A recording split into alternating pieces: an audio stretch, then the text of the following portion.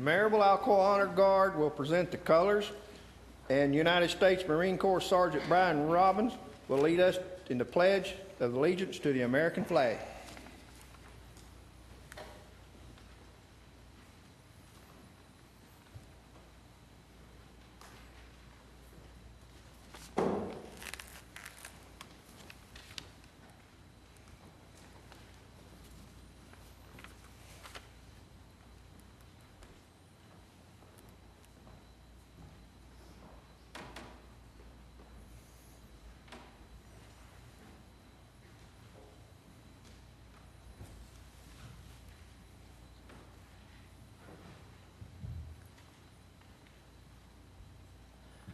Present arms.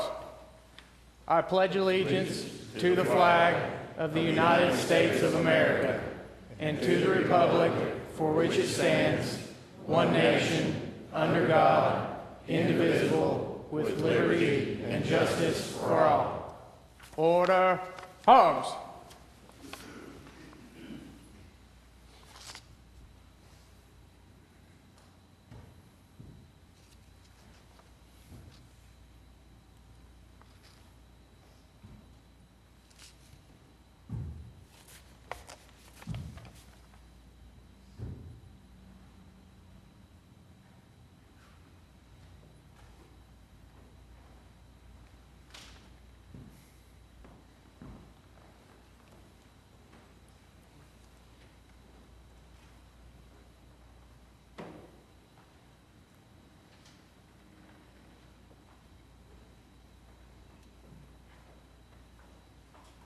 Thank you all very much. You may be seated.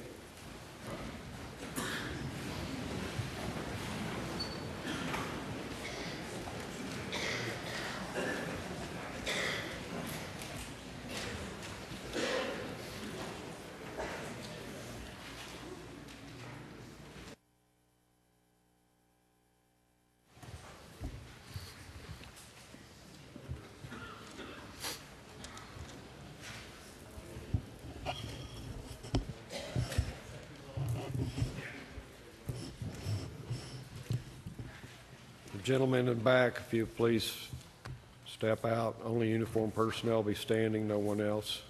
I'd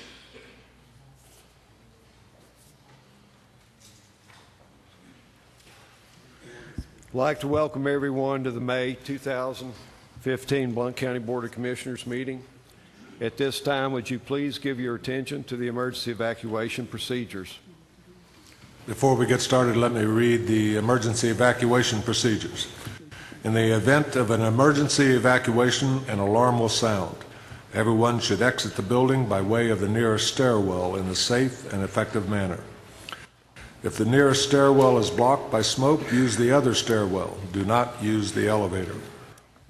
Once you have reached the main floor, follow the exit signs to exit the building and quickly proceed away from the building. Please be mindful of others evacuating and of emergency vehicles.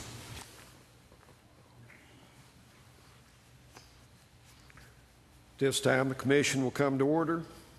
Please register your presence by voting yes.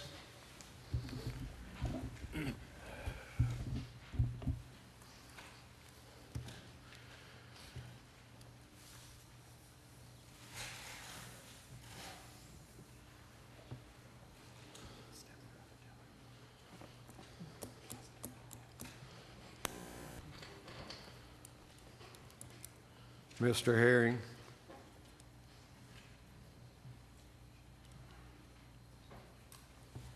Commissioner Hedrick has a problem with his.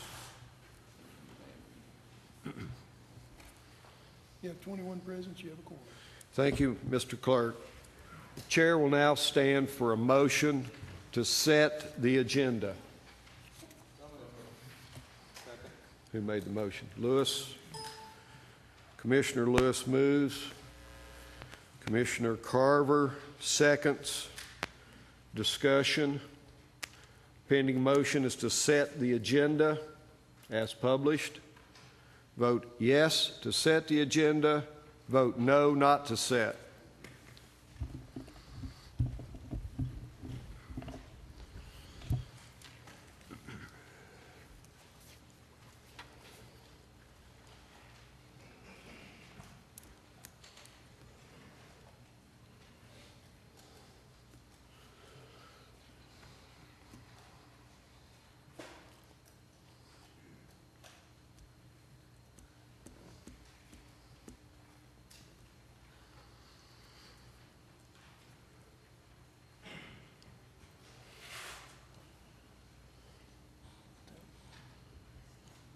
He's pushing them.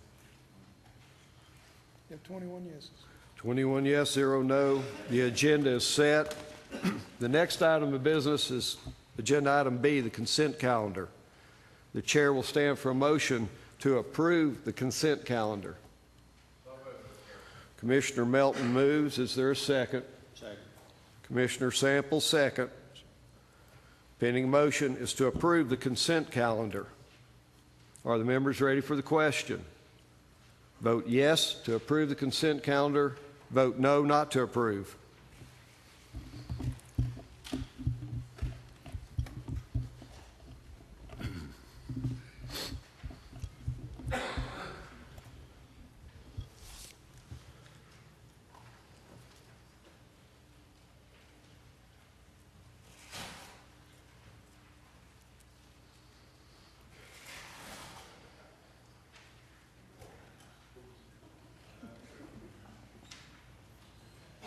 It's going to be a long evening.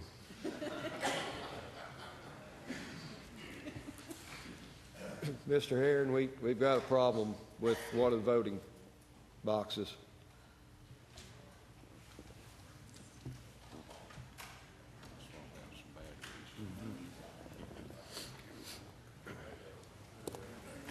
You have 21 yeses. 21 yes, 0 no. The consent calendar is approved. At this time, we'll take up agenda item C, input on items on the agenda. We have 3 people in the overflow area. We're going to bring them in one at a time. Will the clerk only start the clock after the speakers introduce themselves, stated the district in which they reside, and the item on the agenda which they'll be providing comment? I'm Edward Caudell of Allegheny Loop Road here in Blount County, and I'm here to address agenda item concerning federal legislators to stop the expansion of the EPA regulation.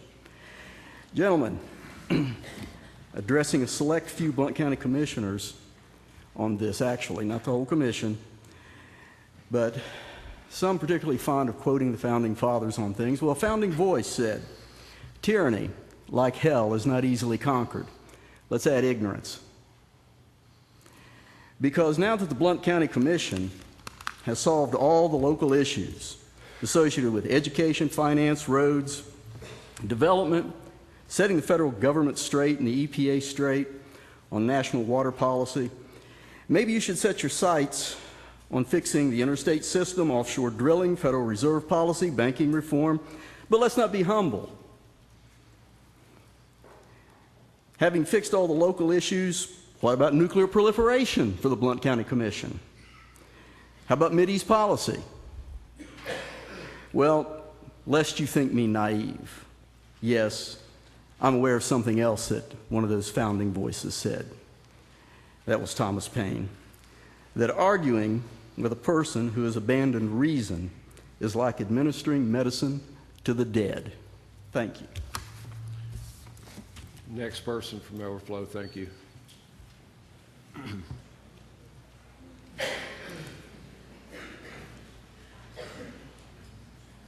Hi, I'm Ingrid Hahn. I live in Louisville. I'm here to address agenda item 9, the rural arterial commercial zone. I'm going to make this real quick. I'm here speaking for myself, Kathy Skinner, and Doug Gamble, and we want to give a nod to the county commissioners and the planning commissioners for revising the policy, listening to constituents' concerns, asking for potential alternatives to consider, and especially for reducing the number of intersections that will be involved. And I think it represents a good compromise between both sides. So, thank you. Next person.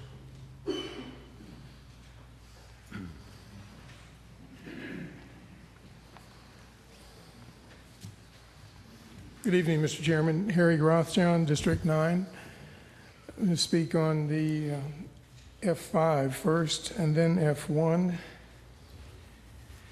F5, as I pointed out in the Budget Committee, and in your agenda committee meeting, even though it doesn't get reported very far. According to the U.S. Census Bureau, the quick facts, the average Blount County taxpayer makes less than $24,000 a year. And according to your Evergreen study, the entry-level position 101 average actual income is $1,000 a year more than the average Blount County taxpayer. That's when you include the 30% tax-free, taxpayer-funded health benefit.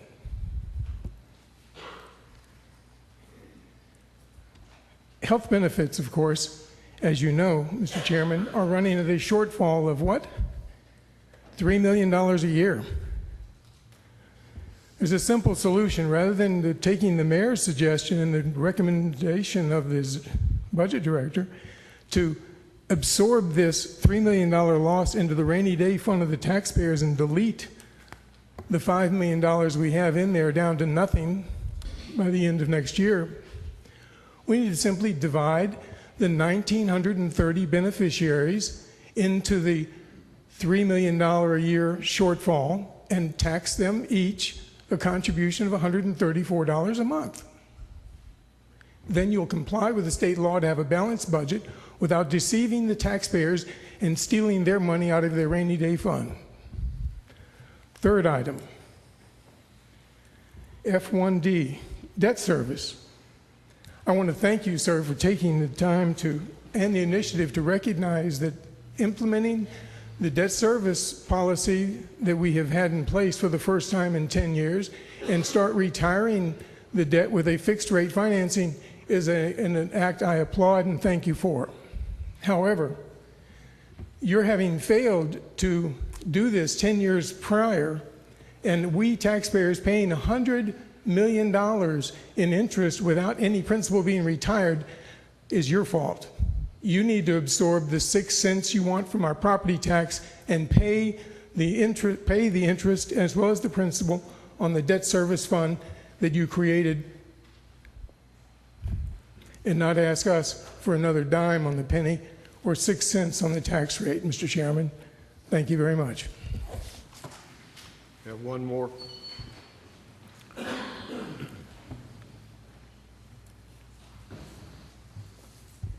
Billy Minzer, Gribble Road. Thank you for the opportunity to talk.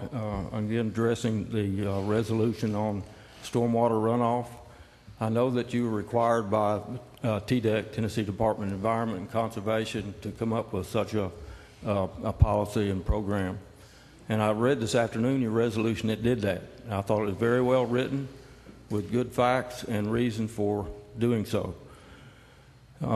Everybody likes to drink clean water and don't want to get sick from it or cancer or whatever from somebody else's pollution. So I was somewhat puzzled then that you came up later and wrote another resolution trying to take away powers from the Environmental Protection Agency to enforce stormwater runoff or to come up direct regulations that did that. It's actually TDEC's responsibility, not EPA. So I know in your resolution that you wanted directed to Congress and the President, it said that you thought that such regulations by EPA were against the Constitution, the 4th and 5th Amendment of the Constitution. Now, I read those, the 9th and 10th Amendments to the Constitution, and I read that. And I didn't find anything in it that said protecting the citizens' health from sickness from polluted water was against the Constitution.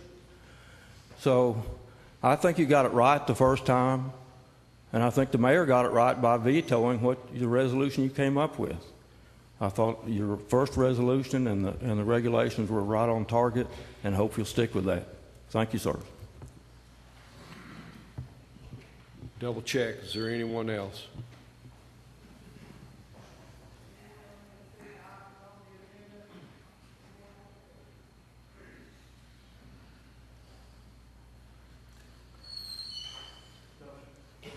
All right, beginning on the front row, anyone wish to address? If you'll come forward, sir. give your name, the district, and the item on the agenda which you'll be addressing. You're Mr. Mayor Aiken, is that correct? That's correct, Mr. Chairman. We have the mayor of Lenore City with us tonight. Thank you for taking time away to come visit us. Thank you, Mr. Chairman. I appreciate the opportunity to speak to you. District, yes, sir. District. I own property in District 8, and I want to speak about the F5, the Evergreen Study, if I may. Proceed. Mr. Mayor, Sheriff Blount, County Commissioners, and other elected officials, it's most importantly to the men and women of the Blount County Sheriff's Office. It's truly an honor to be speaking on behalf of such fine men and women. How fitting it would be that I'm given this opportunity to share my thoughts on the value and worth of a sheriff's deputy. As our nation has just wrapped up a week-long honoring law enforcement officers who have been killed in the line of duty. These officers are recognized and remembered by the etching of their name on the national memorial that symbolizes their sacrifice and their worth to our nation. It's a worth that I'm all too familiar with. It's a worth that I learned through a hard lesson. In 2004, I was in my 29th year as a law enforcement officer and my 15th year as Chief Deputy of the Loudoun County Sheriff's Office. And on the morning of March 12th of this same year, I would deal with the most challenging, troubling, fatal event that I've ever been a part of. Deputy Jason Scott could easily be compared to many of the deputies here in Blount County at the Sheriff's Office. He was young, only 24 years old. He was married to his loving wife, who was expecting their first child. And he had only 3 years' experience in law enforcement. He was dedicated not only to the Sheriff's Office, he was dedicated to our community. And on March the 12th, he answered a call. In 2004, I would probably have predicted that this would turn into the same routine call that our deputies answer on a regular basis. Very similar to the calls your deputies answer here in Blount County on a regular basis. Unfortunately for Jason and our entire law enforcement community, it would be anything but routine. Jason was shot by a 16-year-old boy as he stepped out of his cruiser. Our young deputy would never know what hit him. It would be a living hell for myself, Sheriff Guider, Sheriff Brong, and many others over the next 28 hours. Jason's life was worth more than I could ever explain in words.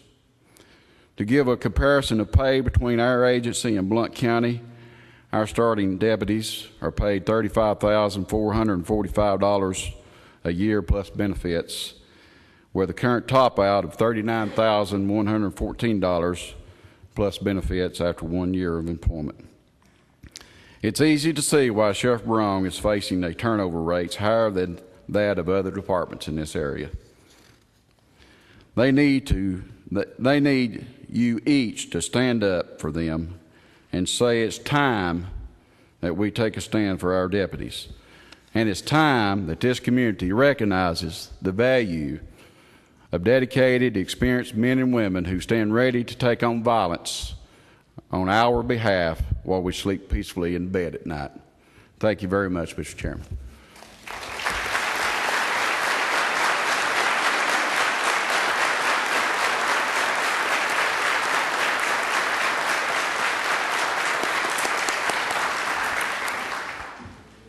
Mr. Chairman, John Smaldone, welcome, all you commissioners. I wanted to comment in reference to the presentation that Chief Aikens just made. You know, you look around this country, and all of us have seen so many changes. We don't even know our country today. But one of the things that I do know is, and I'm not one for spending. You know, I believe in a balanced budget. I believe in keeping expenses under control. However, I do realize that our law enforcement is very important, maybe one of the most important things for the security of this nation. Blount County is growing. We are growing, we are growing, we are growing. We've got to be competitive. We have to be competitive with our salaries, with our benefits, and we have to be competitive with our support to these officers. If we're not competitive, we're not going to get the best. And in order for us to get the best, and in order for us to compete, we're going to have to spend the money to get the best.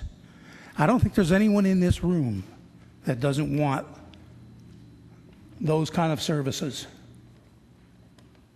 You want your home protected. You want your police officers there when they're needed. Crime is increasing. Our whole structure is changing. You know, we're not a nation that we were 30, 40 years ago. You don't know if your next door neighbor is a member of a terrorist group or not. We need our police. We need Blount County Sheriff's Department officers. We need them, and we have to be competitive. I don't want to spend money, but you have to spend money sometimes in order to get the services that you demand. You know, I may not be popular up here with some people in what I'm saying, but just put 2 and 2 together and you'll come out with 4. You've got to support the sheriff. You've got to support these officers. You have to make them competitive or we're going to lose them. They're going to go elsewhere. We can't afford that. We need to bring in new officers. We need to bring in good ones. They've got to support their families. They're putting their lives on the line every single day. Give them what they need, be competitive, and let us be a proud county. We're growing every single day, ladies and gentlemen. We need those cars on the road. Thank you very much.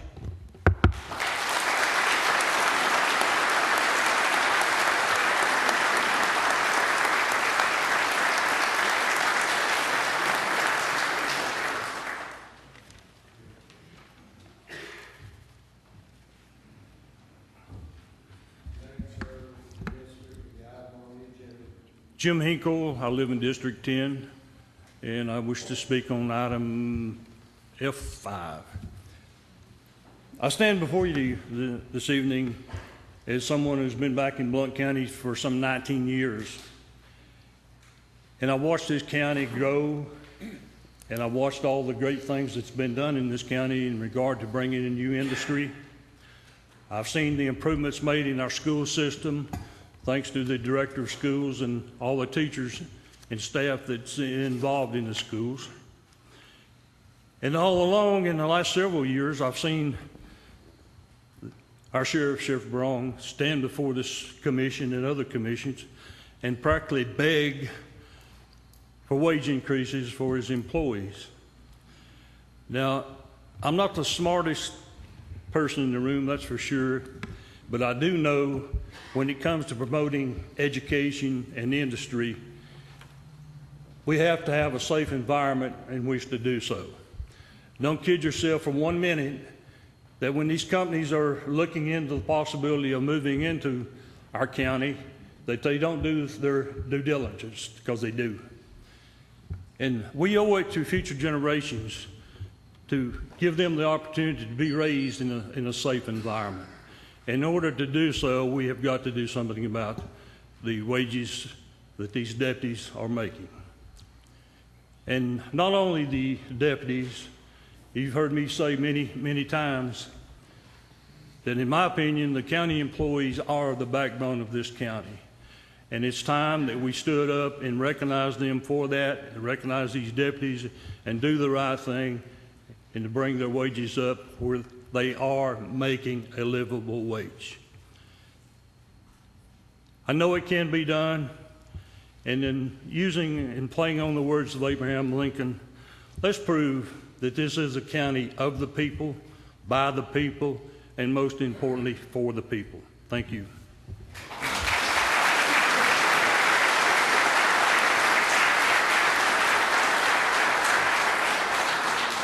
Okay, come up.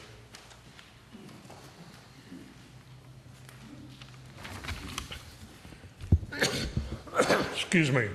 My name is Dick Scott. I live in District 10, and I rise to speak on behalf of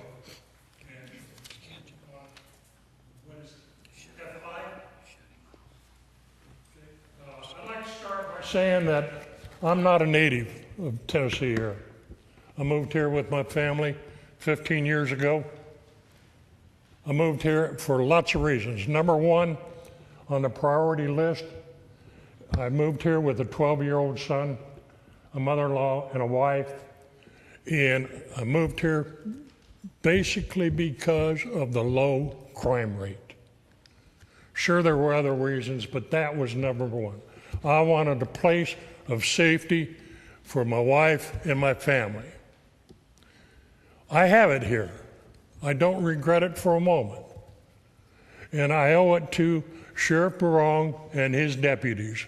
They have done an excellent job. I have had occasion to call on them 3 or 4 times. They've been professional. They've been on the spot and very considerate. They're well trained. I don't know whether you all have visited the training center or not, but we have one of the because I now consider myself a Blount County resident, and I will be until the day I die.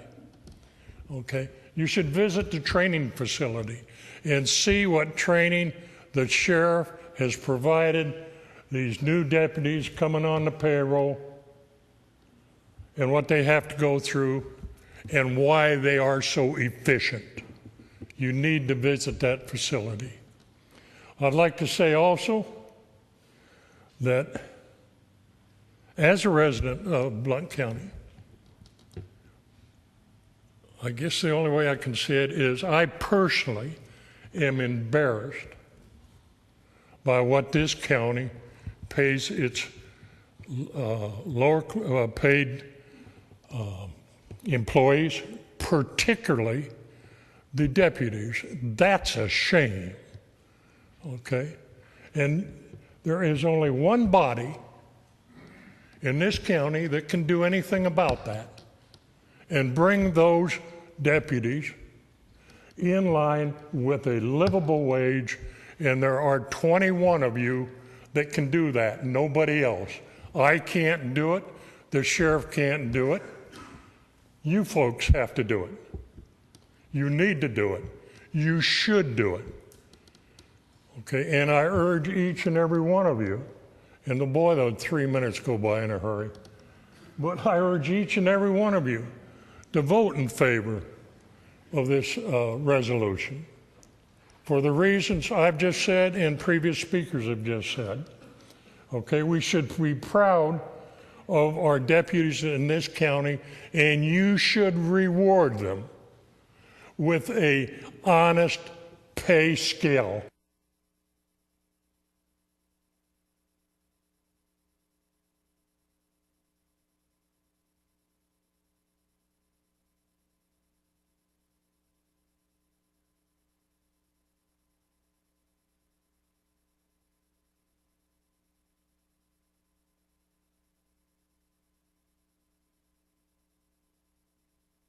From 504 Calderwood Highway, District 7.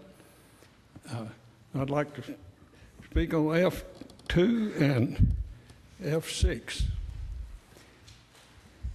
You commissioners voted your citizens' will on this stormwater resolution. And now the mayor has vetoed this. It would not be the will of the Blount County citizens. So please vote to override his veto on this and stick with what you did for your citizens to begin with. And then in number 6, we definitely don't need to be able to raise our tax rate above the certified tax rate. I just think that we all doing our best to to pay our taxes. And thank you for that. And we do ask you to vote to override the mayor's veto on the stormwater thing. Thank you.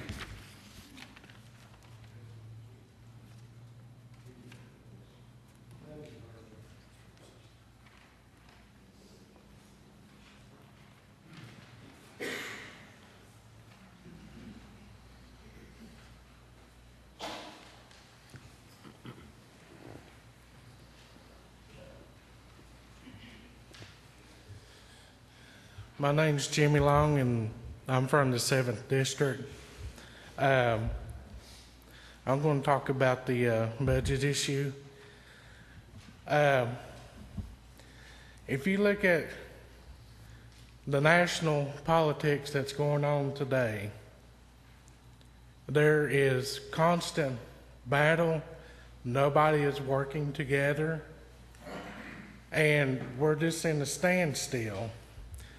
And I know that we get funding from the federal government and from the state of Tennessee.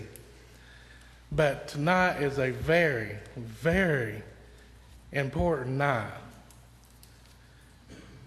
And I want everybody up here to look at me.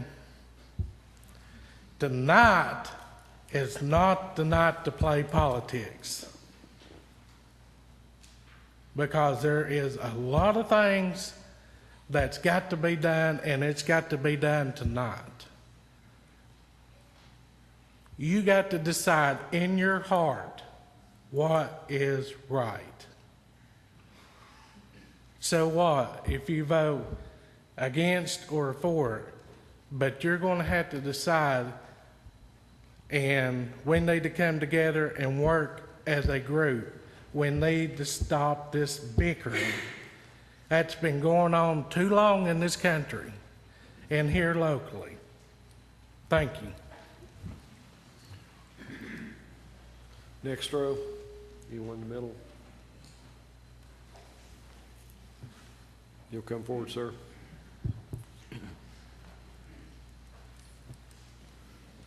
Thank you. Thank you, Mr. Chairman. Troy Ball, District 7, be speaking on item F2. I want to thank the 11 statesmen on this commission who voted to communicate with our legislators with the long outstanding problem of heavy-handed mandate. You stood for the property owners of Blount County, and I thank you. For those of you who have been told this resolution somehow jeopardizes recruitment, consider what the costs to businesses already in operation are by allowing the EPA to continue to expand. The Competitive Enterprise Institute estimates that complying with EPA regulations costs the U.S. economy $353 billion each year. We need regulatory relief for existing businesses. The problem with the EPA mandating control over local and state waters doesn't stop with stormwater regulations. Currently, the EPA is trying to expand control to virtually all water through rulemaking authority without congressional authorization. If the EPA succeeds in circumventing Congress, it will make the unfunded stormwater regulations look like cupcakes and rainbows. While the mayor vetoed the resolution asking Congress to stop EPA expansion, our Republican representatives in the U.S. House of Representatives have been busy working to stop EPA expansion over water under state, local, and private ownership. All of Tennessee's 7 Republican representatives have co-sponsored House Resolution 594. The House of Representatives just passed legislation that, according to John Duncan's office, goes further than House Resolution 594. This legislation mandates the EPA to include state and local election officials in the discussion of EPA rulemaking authority regarding what constitutes waters of the states. You may be wondering why it is necessary to override the mayor's veto if Congress is acting on the matter. According to Duncan's office, there is no companion bill in the United States Senate. We need to ask our federal senators to get busy in the Senate protecting us against a rogue agency. Frankly, the mayor looked foolish having vetoed something that all of Tennessee's Republican representatives are taking seriously. Congress knows the EPA is a problem. You know the EPA is a problem. Apparently, the mayor doesn't. 11 of you stood strong as statesmen. You can do it again by overriding the mayor's veto. The rest of you have the opportunity to be statesmen by joining the 11 and saying enough to bureaucratic overreach. Thank you. Anyone else? If you'll come, yes, sir, if you'll come up. Thank you.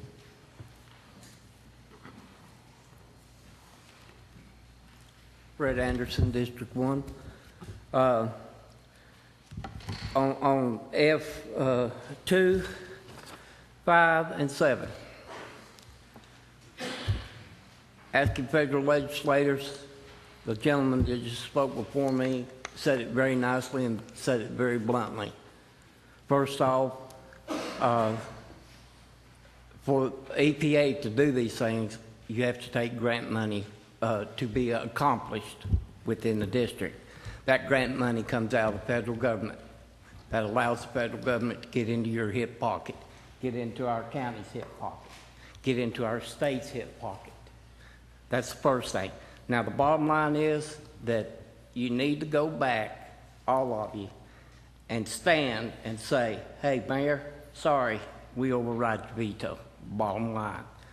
On number 5, a resolution to implement the recommended classification and compensation system of Evergreen Solutions. I've read half of it and I got eye tired. And I will tell you right now that it looks like it came, that report, you need to get your money back, because that looks like it came out of a seniors in high school economics class. There was no validation between corresponding counties, not only in this state, but it needed to go to other states on the same size and the same incomes that is, as was reported earlier, a little over $24,000 on every average individual in Blount County. I'm on fixed income. I'm retired Army. Now, as far as F7 goes, it's been covered pretty good. This trash collecting and this storm drain should be in together. Bottom line is that trash collection is an everyday problem for everyday individual. We don't need to hire or set up another place or extend government out to go out here and collect litter of what we've already got to do now. We just got to maintain the organization that we got doing it now. Back to number 2, a resolution on that. Asking one individual, HR, to set up and at whim set up the income of officers it's ludicrous. It's like putting a fox in the hen house. The difference between the federal government and Blount County government is the federal government is allowed to print money. We aren't. We need to quit spending and start doing. Thank you, Mr. Anderson. Next person, please.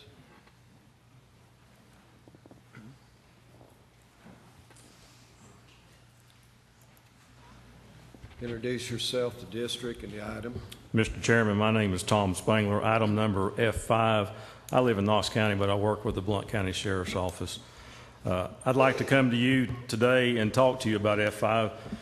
My name's Tom Spangler again, and I work with the Blount County Sheriff's Office, and I oversee the training function. I want to thank you for giving me the time to speak to you about the county budget, in particular the Sheriff's Office budget, and the Evergreen recommendation. In December of 2009, I retired from the Knox County Sheriff's Office. During my 30 years of service, I had the honor to work in divisions such as corrections, patrol, detectives, training, and eventually as administrator over the patrol division. The last 5 years, I was a chief deputy. Back in 2007, I was appointed as sheriff for several months. Those of you that remember the Black Wednesday. I'm here to ask you to approve the sheriff's request budget. For those of you on commission that are familiar, those of you on commission for this proposal, we applaud you. Those of you that may be undecided, let me provide you with some additional information. We've lost 14 officers over the past 5 months. Those are due to people leaving to go into other jobs that pay more money. We spend a lot of money on training those officers. Now we've got to go back and retrain more. You heard Chief Akins talk about his salary, what he starts his people at $34,000, $35,000, up to $39,000. We start ours out, patrol, at $28,000. We start our corrections at $27,000. We are way below the minimum, way below. And I ask you, why is that? You've got a training unit in this agency that's second to none. It needs to stop. We have got to quit losing people. Even though I don't live in Blount County, my family does shop here, and I know as a taxpayer, I'm not energetic about paying more taxes, but I know if it's going towards something that's not only important to the safety and well-being of the citizens of this community, it's just the right thing, then so be it. I ask you, have you ever answered an alarm call? These deputies behind me have. Have you ever had to deal with a drunk or a mentally deranged person? They have. Have you ever had a human waste or been spat upon? They have. Have you ever been to a crash scene where there's 6 people dead, including an infant and 2 children that were badly mangled? They have.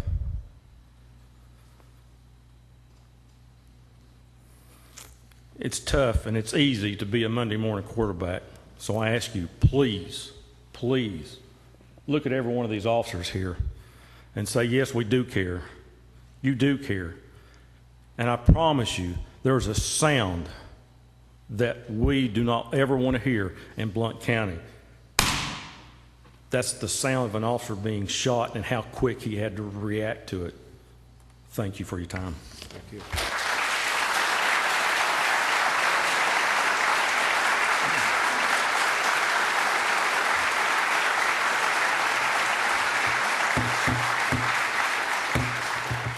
Just a minute. Mr. Chairman, my name is Brad Blount, District 10. Would like to speak on item F5. I'm speaking to you today as a lifelong citizen of Blount County.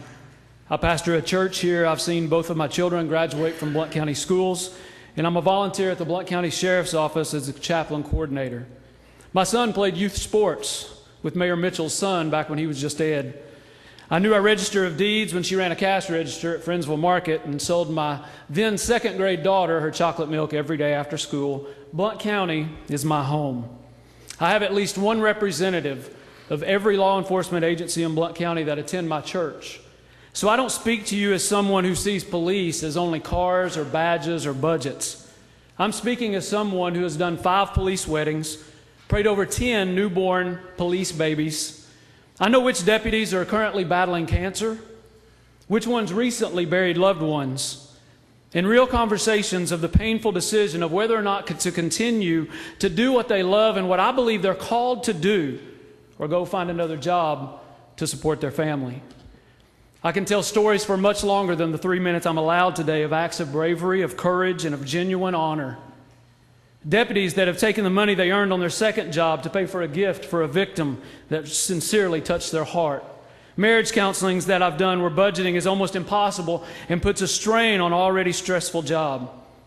I held a weeping deputy minutes after a newborn was pronounced dead that he had performed CPR on while waiting for the ambulance. I've sat with numerous law enforcement officers as they describe the joy, the horror, the highs and the lows of being a sheriff's deputy. Yet none have ever regretted their service, none consider the sacrifice too great, and none check to see if a homeowner is pro or anti-police to determine the level of service that they're going to provide. For some of you here, it should be an embarrassment that they serve you better than you have served them. As they continue to serve, morale is low, but when they're called, they serve. If your daughter has a flat on the side of a Blount County road tonight, they'll serve. If there's another car crash and people are dead, they're going to serve. If you call, they always serve. I was born in Blount County, but as an adult, I chose to stay here. Every one of us here chose to live here, and it wasn't to tolerate our community or our government. It was because we love this place. We love the beauty. We love the people. Honestly, we love the safety. So the decision of whether or not to implement appropriate pay classification for above average citizens shouldn't be taken lightly or irresponsibly, but it should be a clear, a confident, a deserving, and an unashamed yes on F5. Thank you.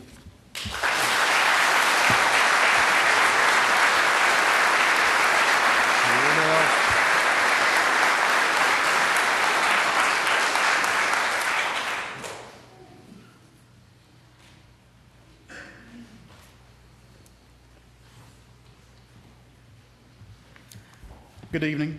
My name is Eric Henry. I am a resident of District 6, and I will be speaking on item F2.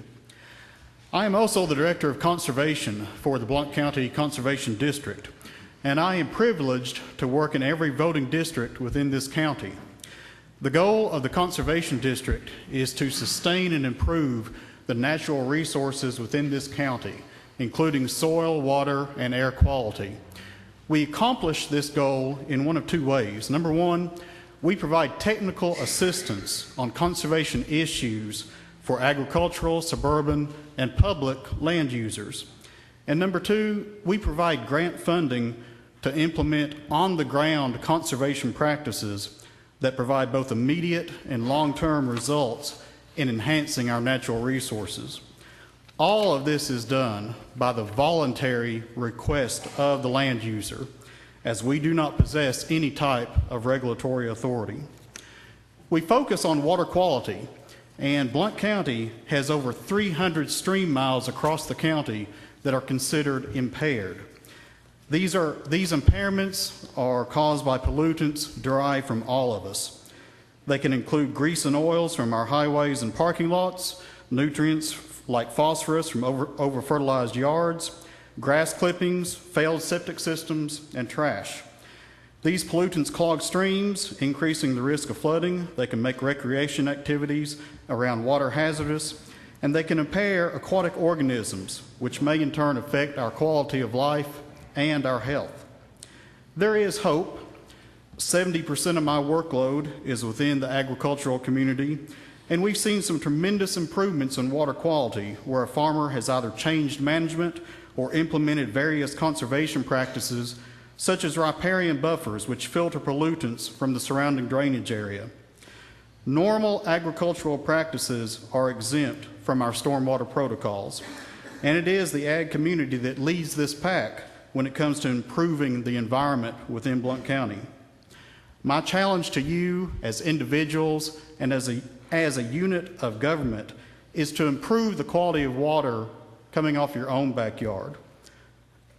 Plant native trees and shrubs that do not require any fertilizer. Mow your lawn at a height of 3 inches to capture that first half-inch of rainfall. And I would ask you to vote no on item F2 to repeal our stormwater regulations. Folks, we don't know that we are just barely far enough ahead of the curve that we can implement enough practices that we can prevent more serious water quality issues 20 years down the road as the county continues to grow in population. Thank you for your time, and again, I would ask you to vote no on item F2. Thank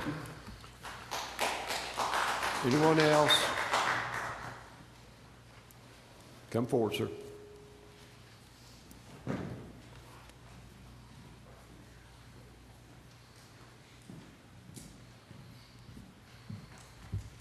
Keith Miller, District 4.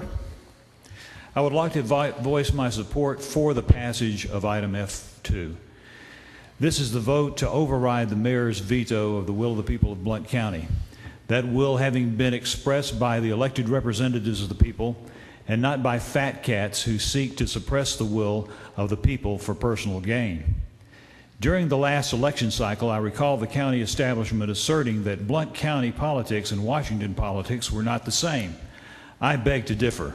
Washington politics is characterized by an arrogant chief executive who is happy to bypass the legislature to bring hordes of aliens over the border. Washington politics is also characterized by a legislature that refuses to bring the chief executive to heel by cutting off the funding for his alien invasion. So, what have we here in Blount County?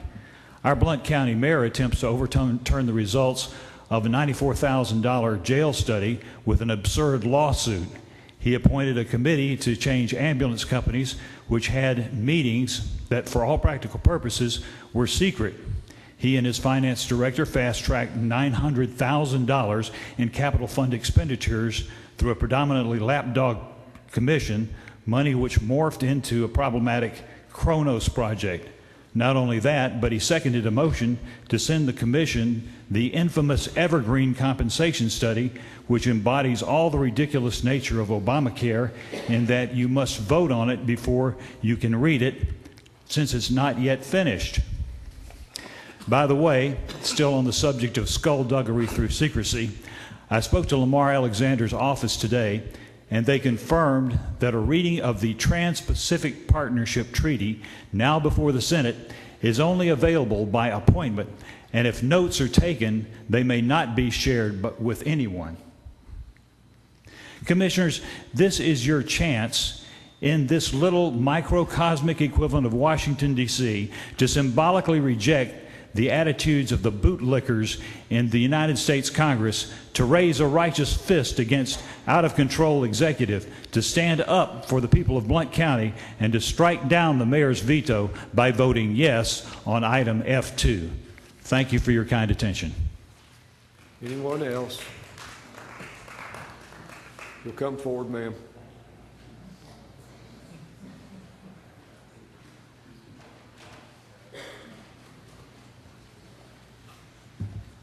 Hello, Commissioners. My name is Brenna Hawk, and I work in juvenile corrections, actually on the second floor of this very building. I don't have a fancy speech prepared. In fact, I've just been sitting there listening to everybody. The item to which you're speaking. Item F5. Thank you. Like a big tornado, right? And I just feel I'm going to speak from the heart. Like I said, don't have a fancy speech. But can I ask you to raise your hand if you all have children? Okay. All right. Thank you all. Now, I know you guys as a parent, you guys care greatly for your children, and you want them to grow up in go to a good school, a great school, where they're safe, where they can walk the streets and ride their bikes and play, and not have to worry about gangs and getting hurt. I graduated from the Knoxville Citizens Police Academy a while back and learned all about the gangs and things that are going on there, and it terrified me, because I came here from California to get away from all of that. With all the Bloods and the Crips and all kinds of other stuff going on. Because I love this area and I love the people here. They're nice to me, and my brothers and sisters in uniform have treated me and taken me in as family. And all of their children, I think that they deserve to grow up in a good, safe neighborhood. And Knoxville is not that far away from us. And if we don't take care of our officers, we're losing great officers to other places, not because they're selfish or they're greedy. It's because the other places, they're offering more pay, which is disappointing as it is, but money is something that we all have to have, and especially those with children, because they've got to pay the bills, and spouses and families will end up fighting and arguing about finances when there's already enough stress for our officers, whether there's a wreck going on and then to handle the death of an infant or people in car accidents. They don't need to struggle more about how is the mortgage going to get paid? How is this going to get taken care of for the children? We need to take care of our people, and I know it's going to be a struggle, but you guys, you took this job, at least I hope you took this to make a difference in the lives of the people of Blount County. All right, you can be, just average people, average commissioners, just like you can be an average cop and just do enough to get by. But I'm telling you, we need to hire and keep great officers who do great things, and just like you all need to do, great things, be great commissioners. Pass the bill of getting us our raise. We need it. And it will help your children and all the children of Blount County, because they need to be able to go to school and be safe.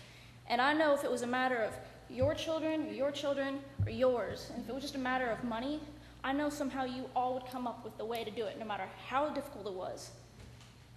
You would do it. So thank you guys for your time and for hearing me.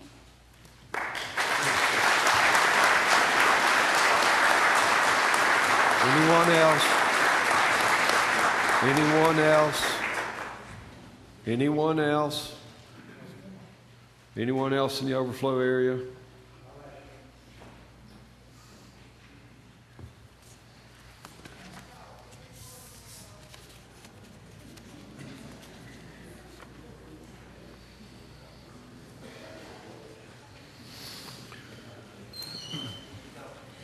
Thank you. There's no business under items D or E. Next item of business is F1A. The chair will stand for motion on F1A, Resolution 1505002, to amend the general county fund budget by $9,000. Mr. Chairman, I move item F1A, B, C, and D. We have a motion to move F1A, B, C, and D. Is there a second? Second. Commissioner Melton seconds. The motion is to adopt resolutions 1505002,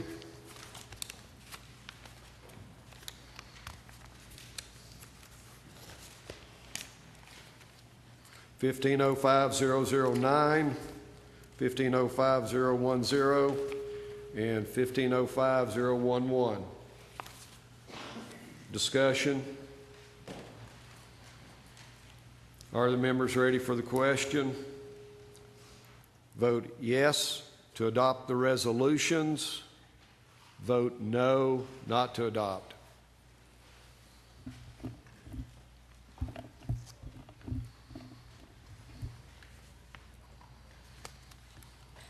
We have 21 yeses. 21 yes, 0 no. Let the record show resolutions 1505002, 009, 1505010, and 1505011 are adopted.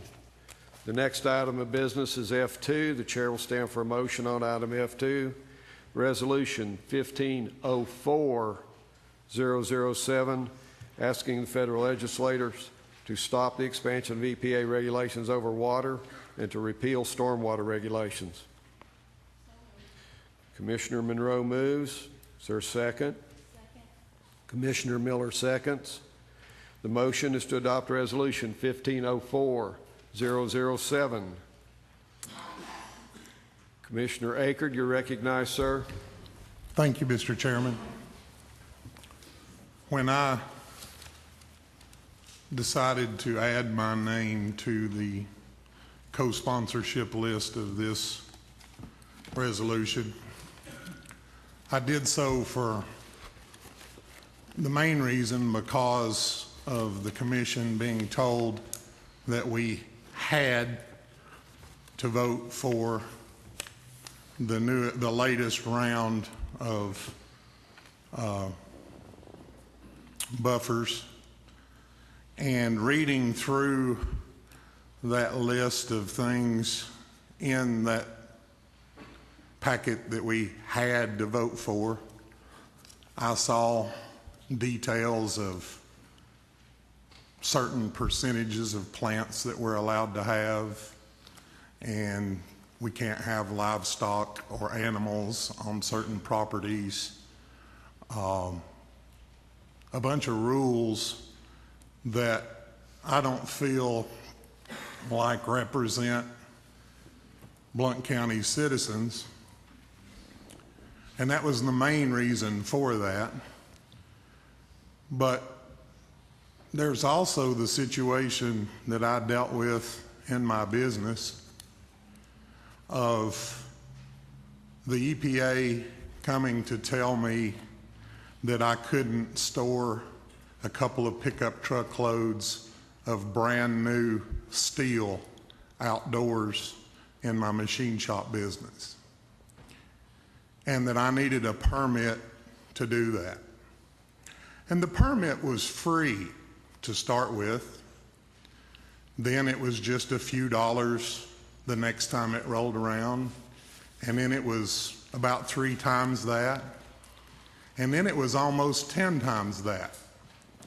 So I began to explore adding on to my building so that I might put this small quantity of brand new steel indoors. Turns out I built a steel building, which is humorous since that's approved, but the steel wasn't. But I built this steel building, added on to my existing steel building, And all of a sudden, I was no longer grandfathered into the rules that existed in 1968 when my building was built. I now had to comply with the new rules. And my gravel parking lot, which didn't have stormwater runoff issues previously, it was a pervious pavement, was now no longer allowed to be pervious. I had to update it to an impervious pavement, meaning I could no longer have a gravel parking lot. I had to have a concrete or asphalt parking lot. And suddenly, when I had this impervious pavement, I'm now responsible for all of this additional stormwater runoff problem that I didn't have with the gravel parking lot. Also included in paving my parking lot, I had to take down some trees. Now, cutting down the trees to comply with paving the parking lot that I didn't want to pave to start with also had some rules that said I had to plant so many trees of so many inches in diameter to take the place of the trees that I cut down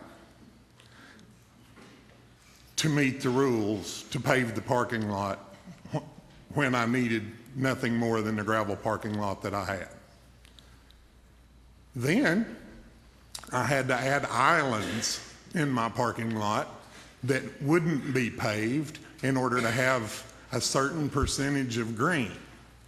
Well, if you've ever tried to drive a tractor trailer in an area that has islands in the parking lot, it's very difficult to maneuver the tractor trailer, and they end up hitting your building because of it, because there's only X amount of space, only so much land that's there. So I have a little bit of a sore spot with the EPA's stormwater runoff problem that I get to pay for every month. I mean, we get a bill for stormwater runoff, all of us do, but mine's bigger now because of my paved parking lot that I didn't want to pave to start with, and it added $110,000 to my building project that I did so that I could keep the steel inside that was new steel for my machine shop. Now, I didn't have to, I probably should have put up a carport and circumvented the rules. But do we really want our county to be bound by you can't do this and you can't do that because somebody somewhere else said, oh no, that's just not right? Our property owners should own their property. And I'm not adding any more or any less pollution to anything now than I was before. But I do have more runoff because I was forced to pave my parking lot to adhere to rules as a new construction, even though I'd been there for so long. So we're told when we're talking about this that, oh, everybody's grandfathered in, and this is only people that are coming in and starting up new stuff. That's easy to say right now. But what we're doing when we allow things like we were forced to pass last month to pass is we're telling the folks in Washington and everywhere else, we support what you're saying. We've got our own local laws now to say we support only X percentage of your property can have a certain plant, and you can't fertilize this, and you can't have animals. So we co-sponsored a resolution to ask the people that are supposed to be representing us at the state and federal government. They're there supposedly to represent us, and we wanted to ask them, hey, this is getting out of hand. We would like for you to look after your property owners' rights and repeal some of this stuff. it made a lot of sense. In fact, it made enough sense that it passed this commission. And we really don't understand why, with our state legislators now supporting virtually the same thing elsewhere, why we're being overridden. And I would just like to ask you folks to think about your constituency and what kinds of things Blount County is about, and realize that all of the clean water laws and clean air laws, they already exist. No one is asking for us to be allowed to dump raw sewage in the river or burn tires and pollute the air.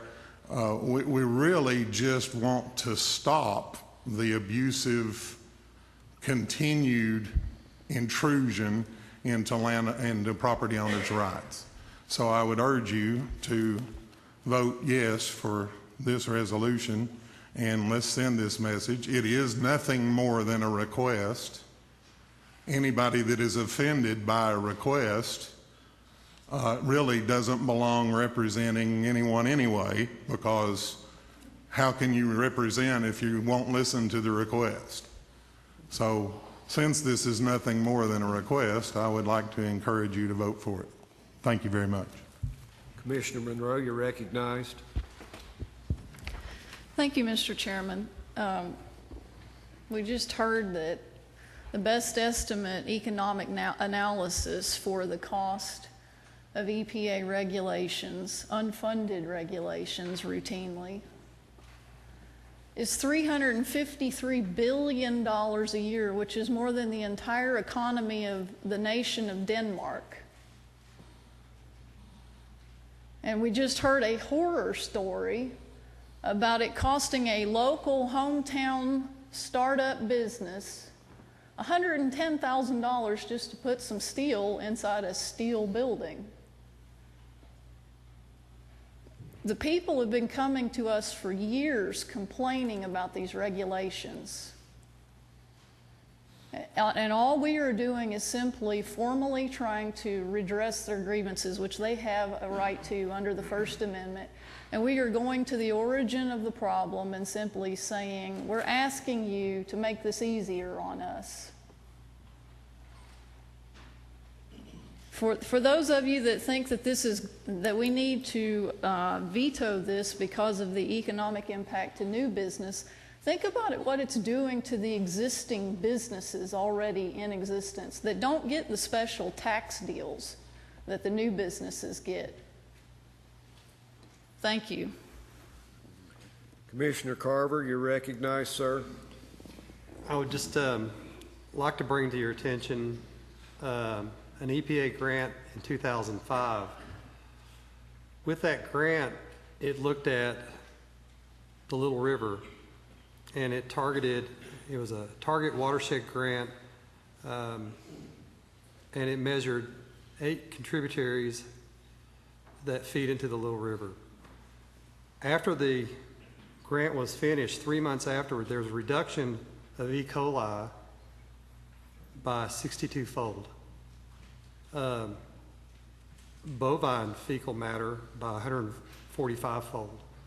3 months after, just smart practices were put into place, working on septic fields, proper handling the cattle that they do, how to keep it just from going into the watershed. So that was 3 months after a plan was put into place. Do we all have that same ability to know how to control what we're doing to our property? And this is water that we eventually comes downriver. We take it in and we drink this water. It has to be filtered and cleaned, and it goes on down and goes on down. So it's just something to think about. Other countries, if you look in India with the pharmaceutical, they talk about the water being colored with all the chemicals that are being put into the water system, and it's affecting the people that live there, their health. It's a health issue. It's just something to consider also.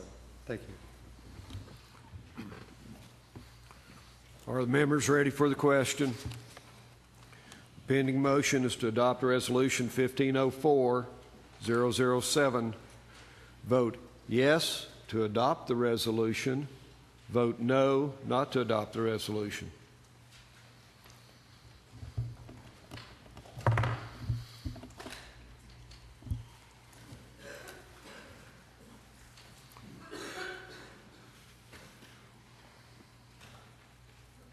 You have 10 yeses and 11 noes. 10 yes, 11 no. The resolution is not adopted. The next item of business is F3. The chair will stand for motion on F3. Resolution 1505-006 to award an agreement that extends beyond the current fiscal year for emergency medical services for Blount County, Tennessee. Commissioner Kaler moves. Commissioner Carver seconds. The motion is to adopt Resolution 1505-006. Commissioner Miller, you're recognized. Thank you, Mr. Chairman. I'd like to have a few questions I'd like to ask the mayor. If you'll ask a question of the chair, and I'll recognize the mayor. Okay. I'd like to ask, I attended the meetings where Mr. Stallions, the purchasing agent, talked to prospective ambulance companies before submitting their proposals, and Mr. Stallions disclosed that he served with the volunteer fire department with one of the employees working for one of the ambulance companies. And I'd like to ask the mayor, do you have any relatives working for any ambulance companies who participated in this process? Yes, Mayor Mitchell, you're recognized. Okay. Yes, I do. Okay, and Ms. who is... Miller, wait, you're not recognized. Mayor has the floor. Now, Ms. Miller, you're recognized. And who is that, sir? Mayor, you're recognized. I'm proud to say that my son's a paramedic with Rural Metro Ambulance Service. Okay. Thank you, Mr. Mayor. Ms. Miller, you're recognized. And why did you not disclose this information before in the public, that we weren't made aware of that? Mr. Mayor, you're recognized. I was not involved in any of the negotiations. Initially, I believe it was AMR that the committee was actually talking to. At that time, my son was actually working for Priority as a paramedic, so I didn't know that it really was a factor in it. Okay, thank you. Thank you, Mr. Mayor. Ms. Miller, you're recognized. I also have a motion I'd like to make. State your motion. Okay. I'd like to state on page 44 of our packet, at the 4 whereas, to make a correction. Commissioner, tonight the resolution is dealing with the approval of a contract that's been forwarded to us from the purchasing agent. The purchasing agent of Blount County has the exclusive authority and the duty to award contracts for services. So we can amend the resolution, but we cannot, an amendment of the contract would be out of order. Okay, I was just trying to make a motion to correct some wording in the contract. Is that okay? You can make a recommendation. The resolution? You can make a recommendation that it be changed, and you can advocate to vote against adoption of the resolution. And if you're successful, then your comments or your recommendations can be taken up with the renegotiation or further negotiation of the contract. So go ahead and state your issues with the contract. Okay. It states on page 44, and it's at the 4 whereas. It's just a situation where, once again, we're being presented with a resolution stating a position that does not exist. And I'd like to strike the word county in this document and insert the words for Blount County after the word attorney, just making it what it should be reading. The correct reading should be that. Well, there's no motion, the motion to be out of order. It's on the resolution. I thought she was saying page 24.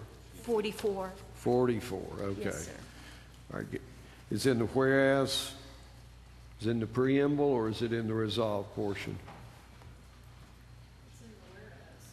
The fourth whereas. Negotiation between Blount County and rural metro. Is that? Yes, I'm sorry. Whereas the agreement negotiated between Blount County and Rural Metro of Tennessee LP has been approved as to form by the county attorney. And I'd like that corrected because we do not have a county attorney. So you're asking that between the word "the" and "county," that the, what's to be inserted? I wanted the word county, strike the word county and insert the words "for Blount County" after attorney. Okay, strike county, insert after the word attorney before the comma, attorney for Blount County. Commissioner Monroe seconds the motion to amend. Discussion on the amendment. Are the members ready for the question? Commissioner French, you're recognized. Thank you, Mr. Chairman. I have a question, and I don't know who can answer that. But my question is the current attorney of which we're speaking, is he the Blount County attorney or not? That's the only question I have. He is an attorney that's engaged to represent Blount County in matters, and he's engaged by the mayor. The motion is to amend the preamble for the fourth whereas, strike the word county, and insert after the word attorney and the comma "for Blount County." Are the members ready for the question? Vote yes to approve the amendment. Vote no not to approve the amendment. Please vote.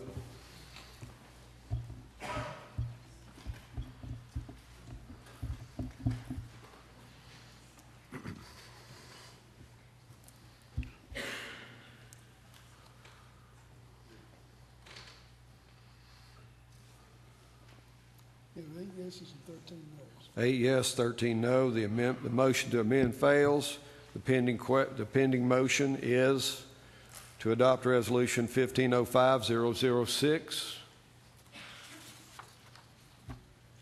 Are the members ready for the question?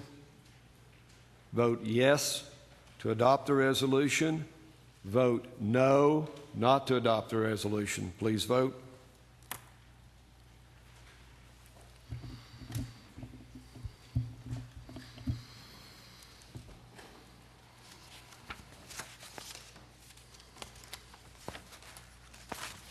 Have 18 yeses and 2 noes and 1 abstain.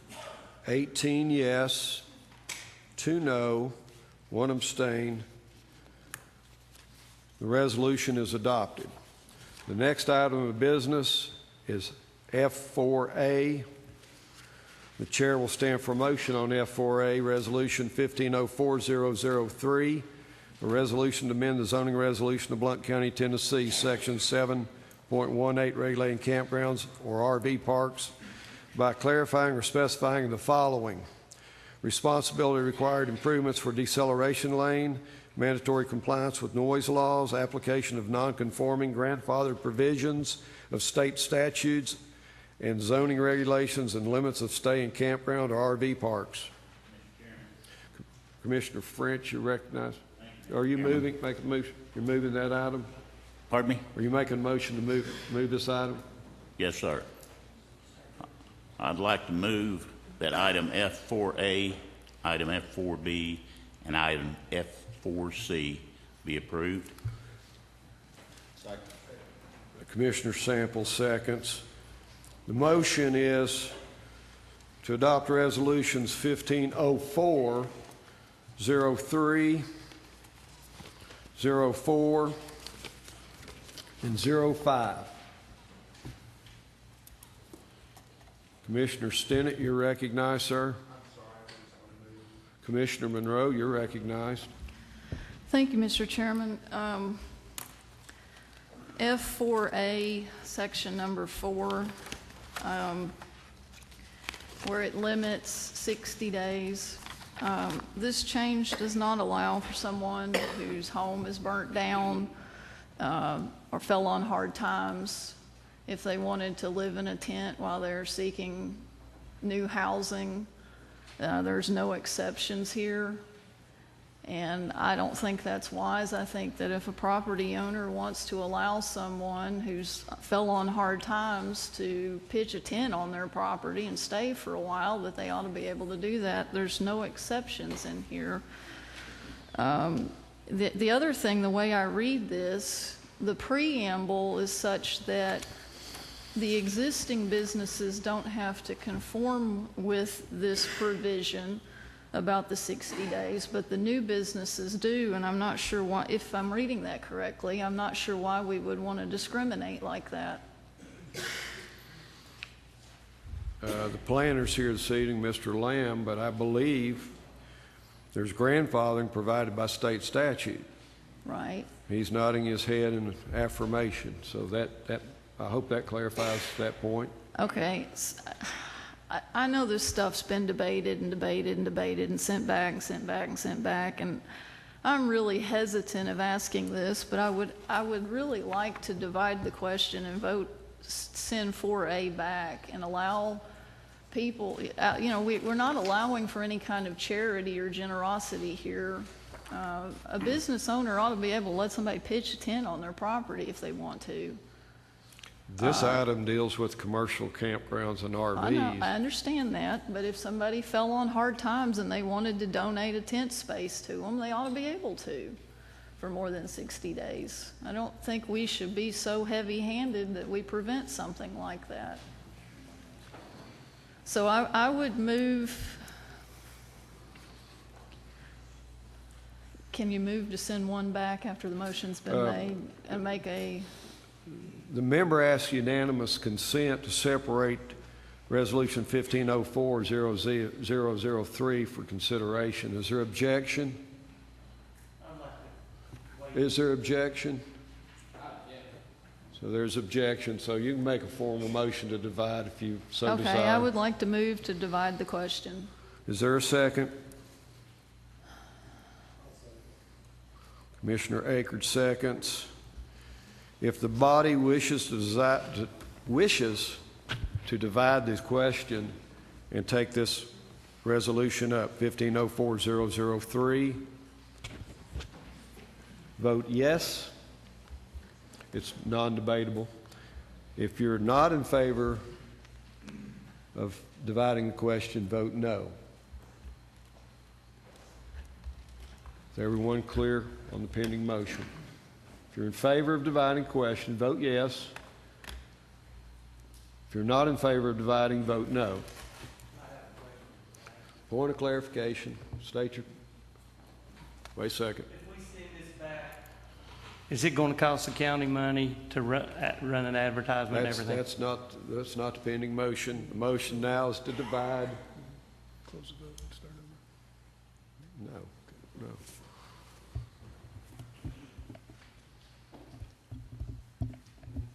Vote yes to divide the question. Vote no not to divide the question. That's the pending motion.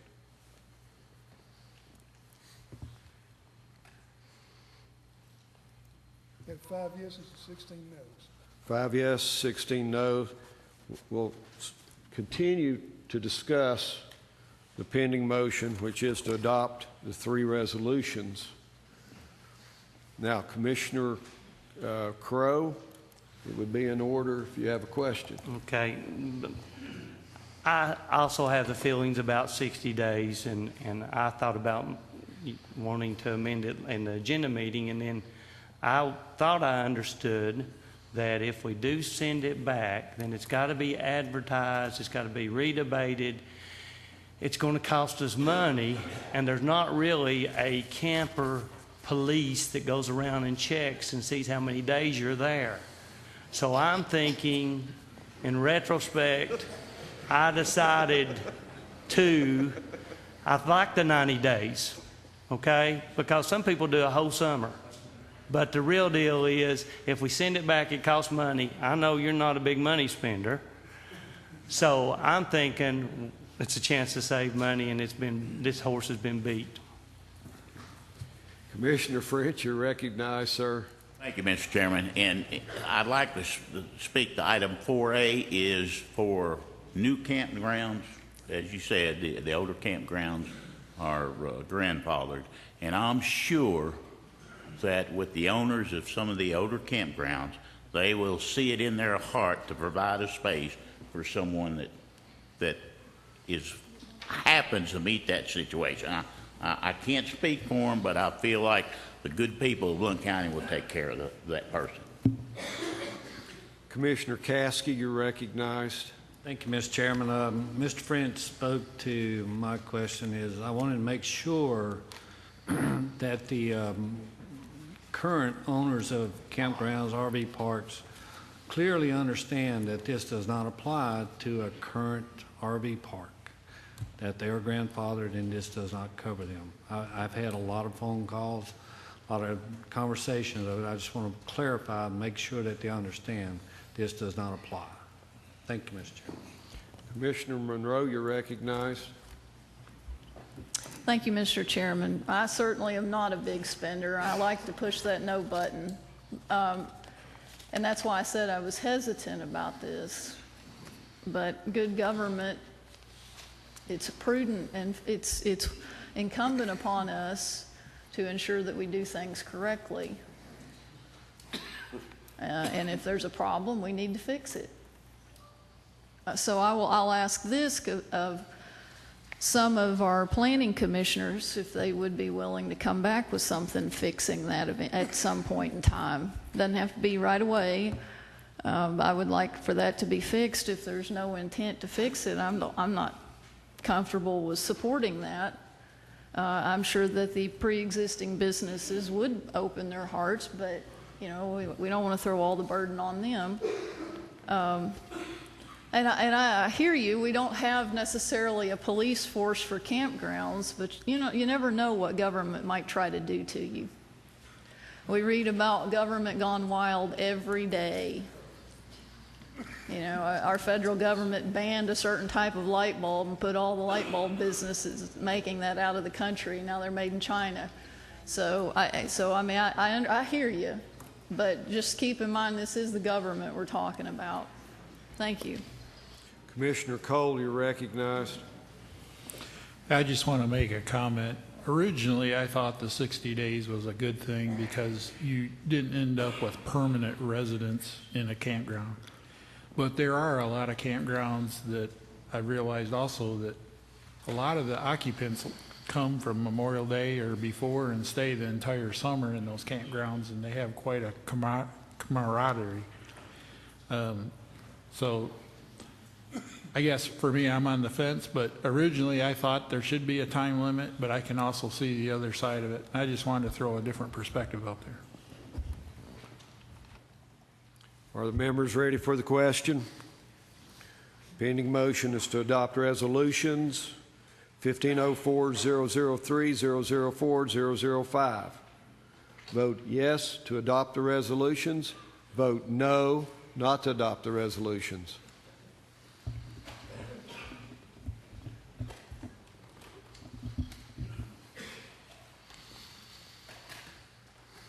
We have 18 yeses, 2 noes, and 1 abstain. 18 yes, 2 no, 1 abstain. The resolutions, excuse me? What do you wish? Commissioner Carter needs to register his vote as yes, and he got in before the announcement of the vote and the consequences of the vote. So we have 19 yes and 2 no. The resolutions are adopted. The next item of business is F4D. The chair will stand for a motion on item F4D.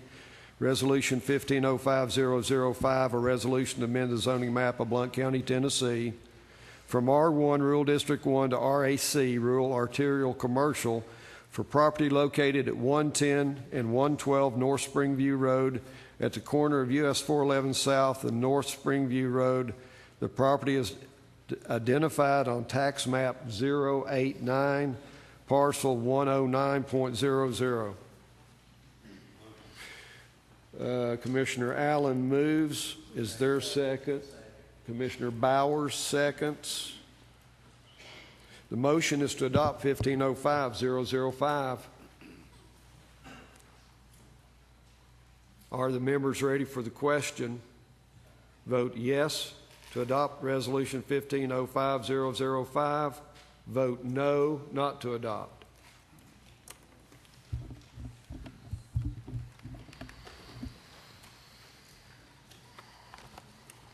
20 yeses and 1 no.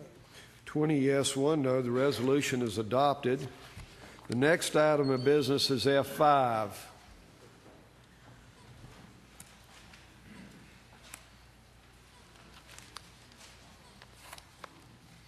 The chair will stand for motion on F5, Resolution 1505-004, resolution to, pardon me? It's a resolution to implement the recommended classification and compensation system of Evergreen Solutions. Commissioner Kaler moves. The second is Commissioner Stinnett. Does the motion maker wish to be recognized? Commissioner Cole, you're recognized, sir. We're open for discussion? No? That's correct. Well, first I want to thank Mr. Vineyard and the HR director for spending some time with me on Tuesday to review the Evergreen information. I can clearly see a need for a better job classification system, and I recognize it's an important part of the Chronos. But what I don't like is that by approving this resolution that's before us tonight, we are supporting everything involving Evergreen, including the portions that are incomplete. It also means the proposed salary ranges, and if this resolution is approved, those proposed salary ranges will be put into Chronos. The salary increases would still need to be approved by this body, but if they're not approved, they will still be input into the Chronos system. The classifications that Evergreen proposed are not trademarks or legally bound to Evergreen, and since we've already paid to get this information, I see no reason why we can't load the job classifications into Chronos. Currently, there's no formal job classifications established, so why would the Commission suddenly need to approve these job classifications? Load them into Chronos, they will become the standard. I don't see a need to improve the proposed salary structure tonight, nor this resolution, until we bring a resolution that can address our immediate needs. For example, I proposed a motion for a reduced budget and move Evergreen forward for the sheriff's deputies, and it didn't get the support to move it forward. It seems we want it all or nothing. Let's vote this down and bring something back that works for our priority items. Thank you. Commissioner Daly, you're recognized. Okay, I can't reach it. Thank you, Mr. Chairman. I've heard a lot of talk here tonight from people who want to support our sheriff's department, and I thoroughly agree with, but this vote tonight is on everyone, all of the employees for this county. Now, the Evergreen report is not finished, and I know many of the classifications that we have seen that are in here only are compared to 3 other people. I don't know, they had to go to the private sector to get some of these comparisons, and we don't know how many private entities. It just says private entity. We don't know what size of companies these are. We don't know how many companies are represented. The only county we're compared to is Knox County. And I question too, we're on the 60th percentile that we're discussing, and that is what we're aiming at. And I happen to know that 50 percentile is average, and it only goes to 99 percentile. You can't have 100 percentile when you're comparing things. I also was told that as far as the benefits go, the private entities average between 28 and 32%. This must simply mean that private entities, their benefit package on this survey has to be between 28 and 32% of the salary.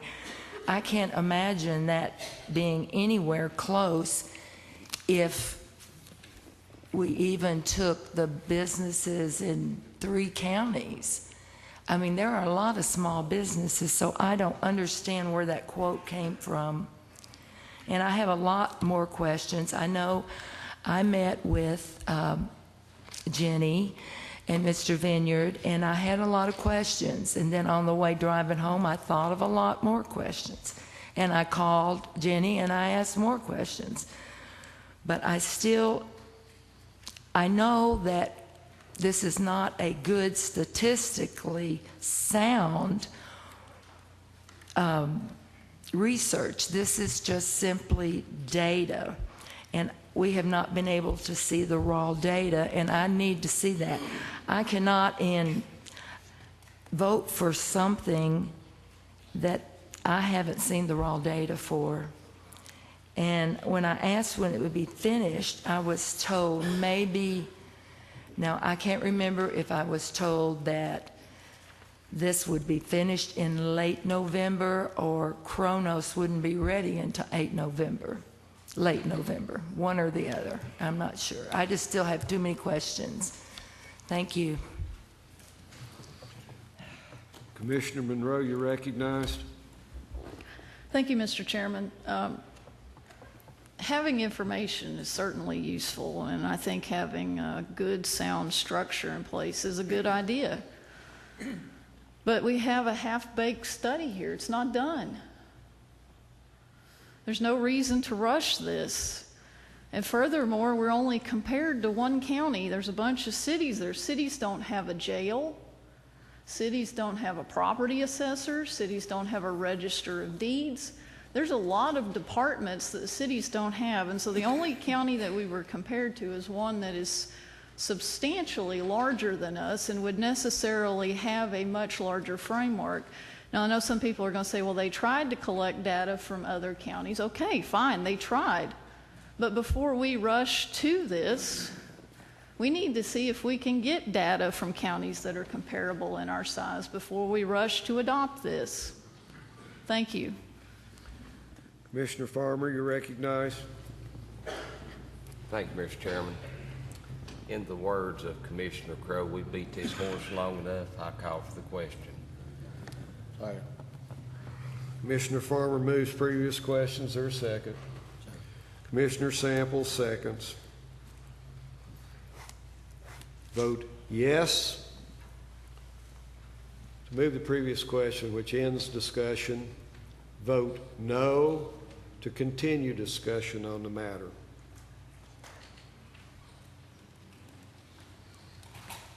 Vote yes to stop discussion and vote on the issue. Vote no to continue to discuss.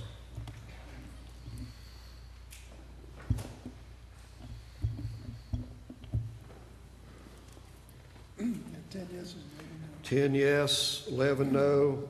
Motion to move previous question fails. Commissioner Hedrick, you're recognized. Thank you, Mr. Chairman. I've looked at this study. The teeth of this study is in place. How long do we need to continue to drag this out and continue to lose valuable employees? It just doesn't make any sense. And in saying that, yes, we need to make sure, without a doubt, we fund the sheriff's part. But I have a question, if I could ask of Mr. Bennett. Ask the question. I know the amount funding the sheriff's department it should be or around 6 cents. What is the difference to do this properly and fund all of it? How much is that? Commissioner, the resolution tonight deals with the adoption. The appropriation in June will deal with the funding. But I'm going to recognize Mr. Vineyard to clarify this issue, I hope. The recommendation from the Budget Committee to fund Evergreen is 7 cents, of which 6 cents comprise the Sheriff's Department. Thank you, Mr. Vineyard. Mr. Hedrick, you still have the floor, sir. Thank you, sir. And that's the point being, do what's right, fund it properly. On the front end, you're talking about 1 cent to do what's right. Let's remind the commission that we are looking at approving implementing a resolution to implement the recommended classification compensation study. Remind you the funding, the appropriation would take place in June's meeting. Commissioner Stinnett, you're recognized. Thank you, Chairman. First thing, guys, is if we pass this is going to create a schedule, a pay schedule. So later on, if we do fund it, we will be directing the money to the people that we want to receive that money. The people in the pay grades through 12. And I'm just wanting to make sure that I understand, this question's probably for Mr. Vineyard, but if we pass this and then fund it next month, we will be setting parameters around pay positions with titles, with the number of people in each one of those titles. We will be in a situation where this time next year we will be able to receive a record, and we will be able to, the community and this commission will be able to see exactly where we spent our money with no questions. Mr. Vineyard, would you like to respond to that inquiry? If the question or comment is, would the recommendation before you be administered and carried out on a position by position basis with the associated salaries that each of you have met with Jenny and I have been shown? The answer is yes. Thank you. Commissioner Stinnett, you still have the floor. Guys, a number of times over the last few meetings, twice tonight, it's been brought to our attention that the per capita money in this county is $23,788. The definition of per capita is everyone. That's 127,000 people in this county. The state of Tennessee per capita is just 24,000.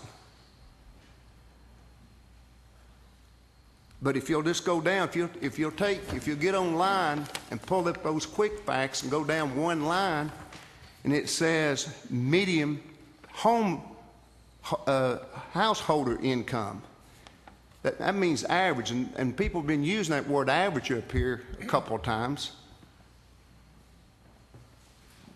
Our income is $45,991,000. And the state's income is $44,000. If you go down another line to the poverty level, it's 13.7 in this county, and it's 17.6 in the state of Tennessee. If you go up a few lines and you look at the average cost of a house unit, $163,900, and if you go to the state of Tennessee, it's $139,000. The homeowner rate, 73% in Blount County, people own homes. State of Tennessee, 67. High school graduates, 87%. State of Tennessee, 84. Guys, we have the means to take care of the people that are working for us. We've been choosing not to take care of business.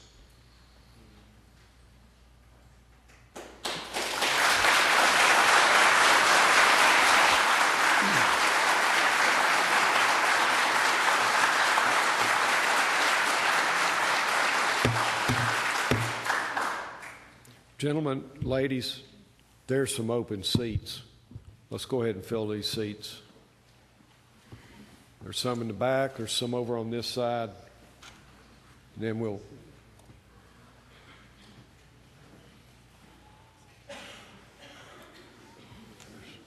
there's some over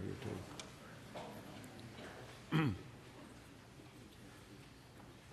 Okay, I gave everyone a chance. Commissioner Akerd, you're recognized, sir. Thank you, Mr. Chairman. As I stated in the agenda meeting, I firmly believe in there being, the structure is a good idea. I like what Commissioner Cole had to say a little bit ago about those job titles to achieve that are not copyrighted or trademarked. We can still implement those job titles.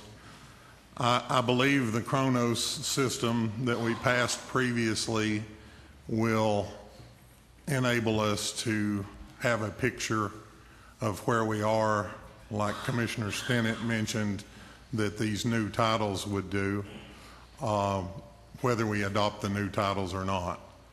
I believe that we have had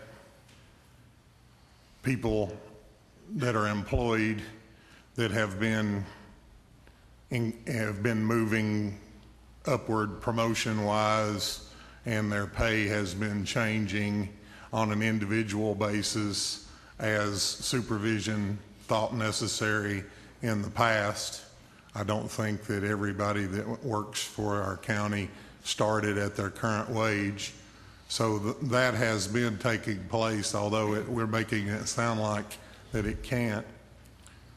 When those of us that are new commissioners went to Nashville to our CTOS meeting orientation before we actually came in here and started trying to do this job, we became educated that once money has been awarded to a budget, it can't be cut by the commission, so that when the commission in the past has approved X amount of dollars for anything, that X amount of dollars continues moving forward, and we don't have any say in that matter.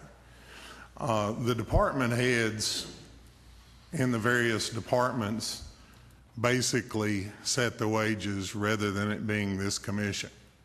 This commission votes on a budget, and the department heads present their budget request to the commission, and it either gets approved or it doesn't get approved.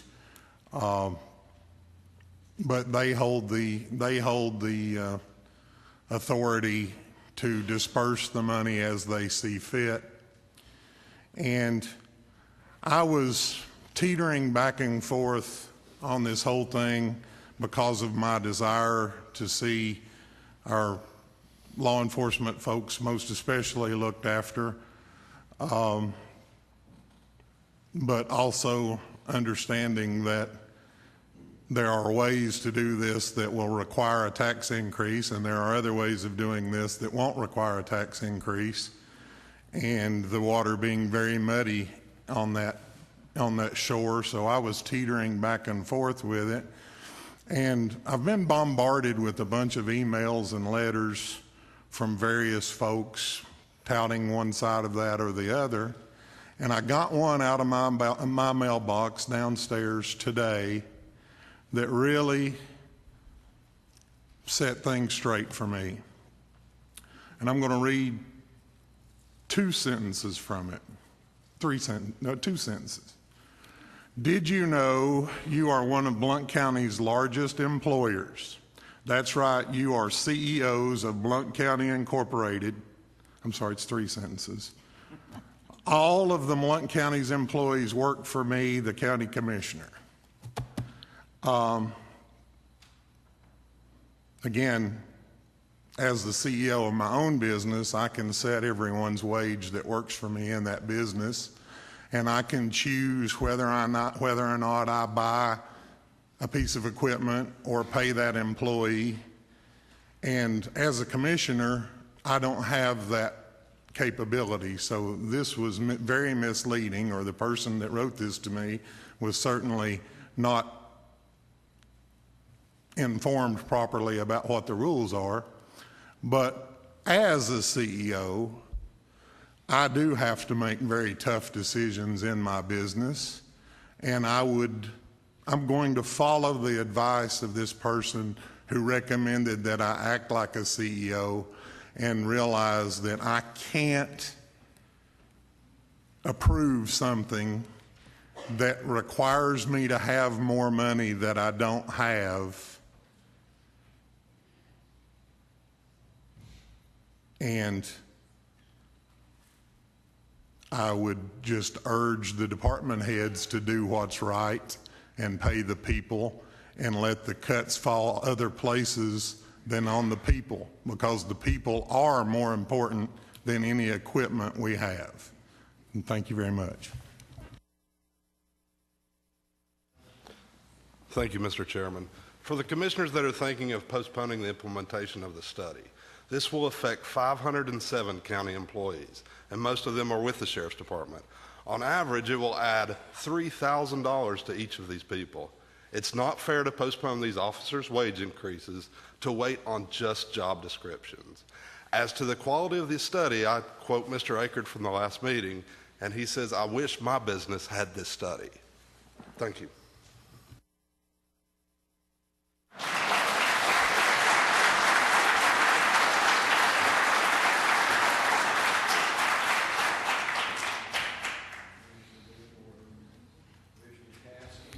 Thank you, Mr. Chairman.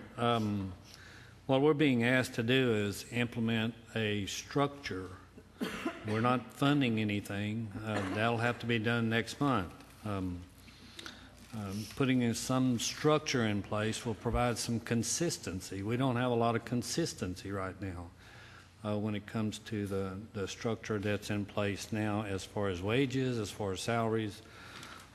So I support this. I also have an amendment, Mr. Chairman. On the resolution in the preamble, third paragraph, following whereas the Blount County Human Resources Director will administer a plan, strike everything following plan, and insert a period after plan. Whereas the Blount County Human Resources Director will administer the plan. Period. Strike everything following plan. Is there a second? So moved. Crow. Second.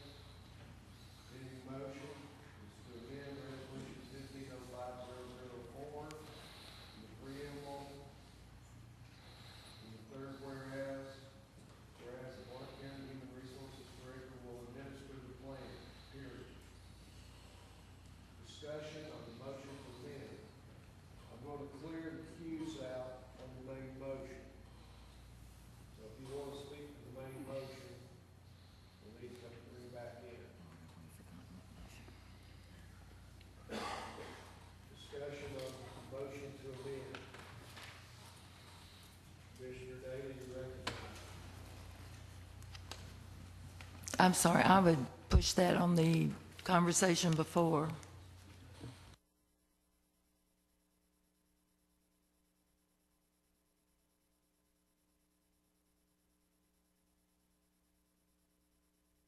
Thank you, Chairman Samples. Discussion. Are the members ready for the question? Vote yes to approve the amendment. Vote no not to approve the amendment. Do the members need clarification?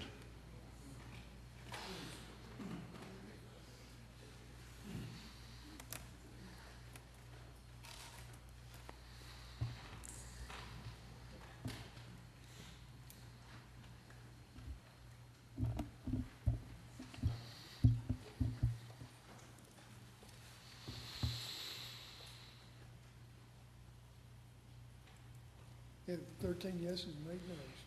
13 yes, 8 no. The resolution is amended. The pending motion is to adopt Resolution 1505-004 as amended. Commissioner Akerd, you're recognized to speak. You've spoken twice to the main motion, so I need to go to Commissioner Archer. Commissioner Archer hadn't spoken at all to the main motion, so Commissioner Archer, you're recognized. Thank you, Mr. Chairman. Let me have you folks understand one thing. There is not enough money anywhere to pay you folks, men and women, what you're worth. The problem I'm having is the process of which we're going through to get to where we can pay you what you're worth. I think the comparisons are somewhat invalid because, again, we're more or less apples and oranges. When we do this, we want to do it right. I have personally talked with the people at Evergreen down in Tallahassee, and they have informed me that they will, in fact, get some comps from other counties in abutting states. It's not a perfect solution, but at least it will get us closer, I think, to what we're trying to find out, which is how do we compare with other comparable counties. Because of the arrangement that they have made with me and Jenny, the HR lady, I think we should have that information fairly quickly. I would feel a lot better if we have the information that we need to make a wise choice and that the process be completed before we're asked to vote on it. Thank you, Mr. Chairman.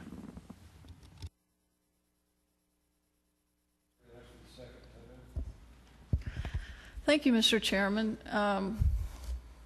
When I met with Jenny and Mr. Vineyard, I asked for a breakdown of those that were below minimum, those that were between minimum and midpoint, those that were above midpoint, and to give me a list of those employees that are above midpoint.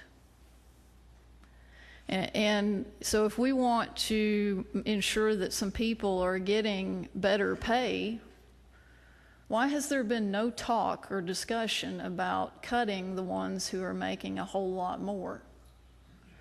In a private sector, you take concessions. I know my husband, they walked in one day and said, you have to take 7% pay cut or we're shutting down. You can go the other way. You can leave. That's the way the private sector works. So we talk about not taking care of some people. Well, this commission is taking good care of some people. Last year, Hatcher got a huge raise.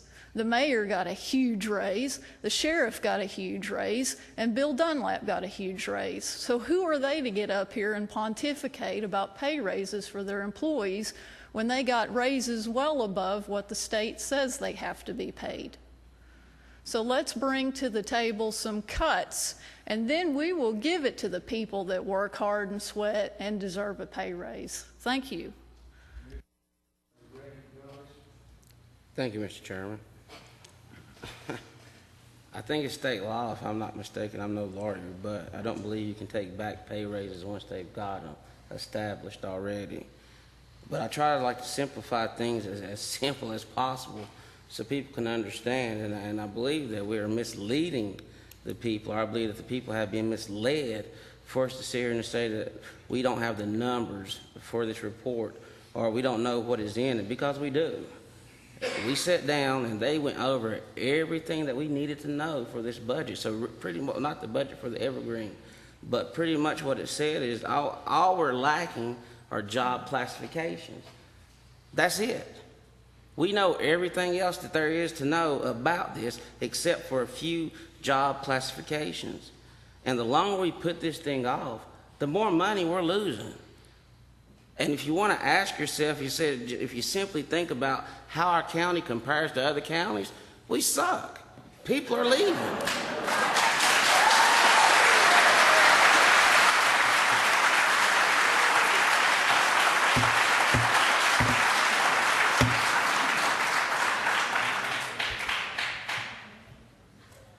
You have the floor, Commissioner Carter. Commissioner Daly, you're recognized for the second time. I'm not following that. Thanks. Commissioner French, you're recognized, sir. Thank you, Mr. Chairman. First of all, I'm not sure what the good commissioner's background in the private sector is, but I was in the private sector for 25 years. And I guarantee you, if I took back a raise that I gave employees, I would be running my business myself. And I can't do that.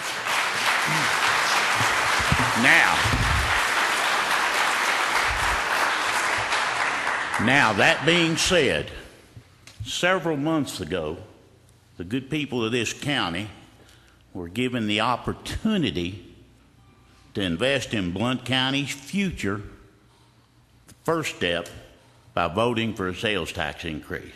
And they did. They invested in Blount County's future by giving more money to the schools. My plea at that time was to invest in Blount County's future. That was the first step. We can't step backwards. We've got to keep moving forward. My plea tonight to you commissioners, we've got to again step forward and invest in Blount County's future and quit losing good employees. It's time to step up again and invest in Blount County's future. Thank you.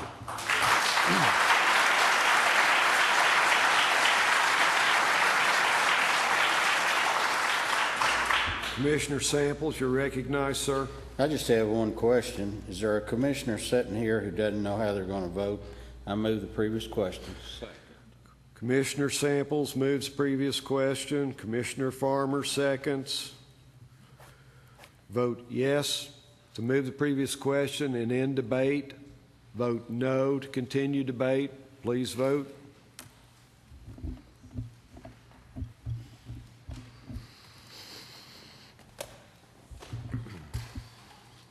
You have 17 yes and 4 no. 17 yes, 4 no.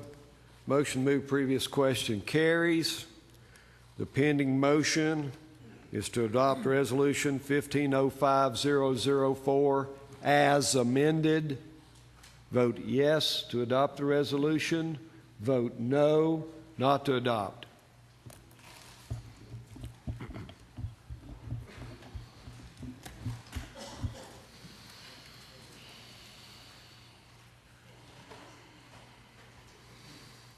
You have 15 yeses and 6 noes. 15 yes.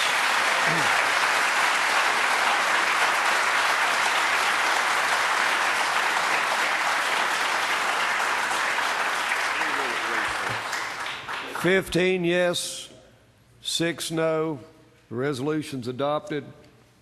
I hear a motion. Motion to recess. Is there a second? All in favor say aye. Recess 10 minutes. If the commissioners will take their seats, please.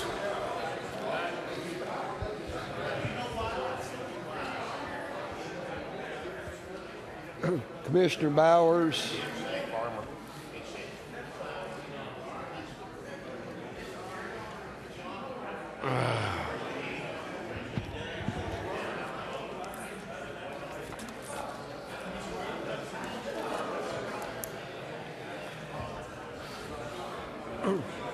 Commission, come to order.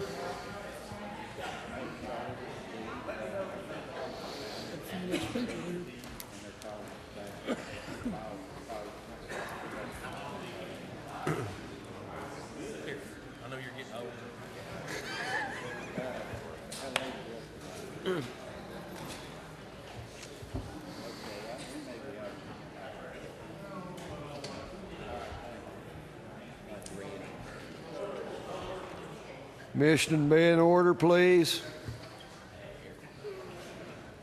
Next item of business is F6. Chair will stand for motion on F6, Resolution 15-05012, a resolution declaring the intent of the governing body to levy a tax rate in excess of the certified rate. Commissioner Lewis moves. Is there a second? Commissioner Caskey seconds. Commissioner Akerd, you're recognized. Wait. The motion, the pending motion is to adopt Resolution 15-05012. You're recognized, Commissioner. Thank you, Mr. Chairman. I'm looking at this as another one of those things that we were told we had to do. And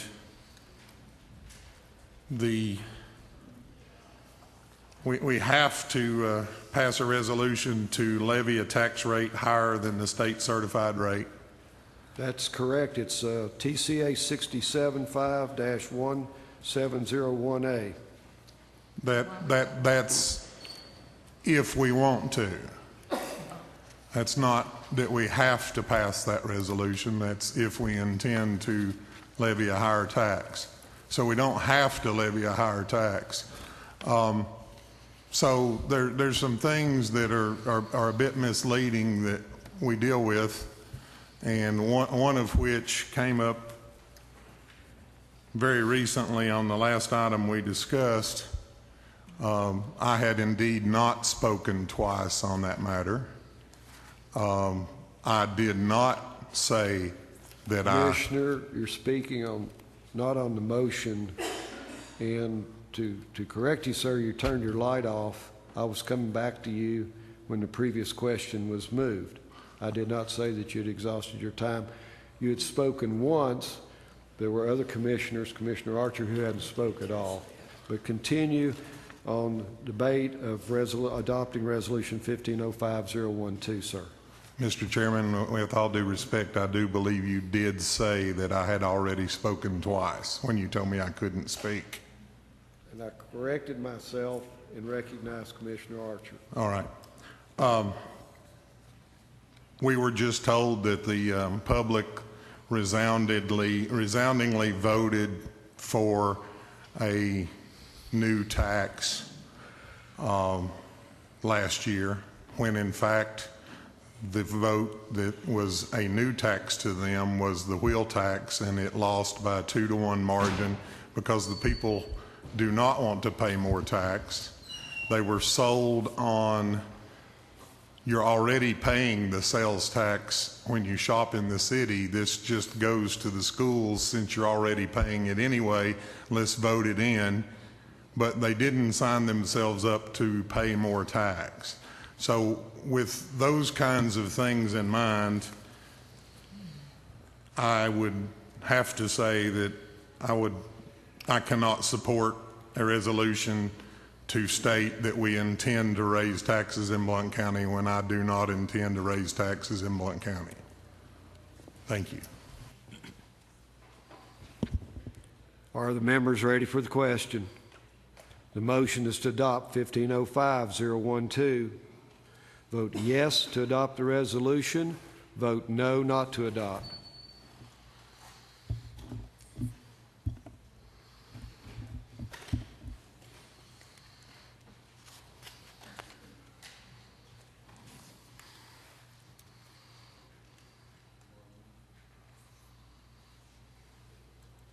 You have 14 yeses, 6 noes, and 1 abstain. 14 yes, 6 no, 1 abstain. The resolution is adopted. Next item of business is F7. The chair will stand for a motion on F7, Resolution 15-05007. A resolution authorizing submission for application of a litter and trash collection grant from the State of Tennessee Department of Transportation, authorizing acceptance of the grant. Commissioner French moves. Commissioner Allen seconds. Commissioner Monroe, you're recognized. Thank you, Mr. Chairman. I am certainly all for work programs to get inmates out of jail and back into society faster, and I'm certainly for cleaning the trash off the sides of our roads. However, in looking at the supporting documentation, Provided with the grant application, there is a provision that is alarming and deserves further research and discussion before we vote on this matter.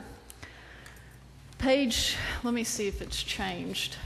I had the page written down, but no, okay, it's 566. Environmental issues. An environmental court is envisioned for Blount County.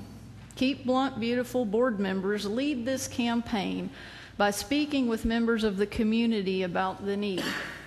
Budget strains continue to be problematic for the issue, and at the bottom of the page it says, submitted by Beverly Collins on May 7th of 2014.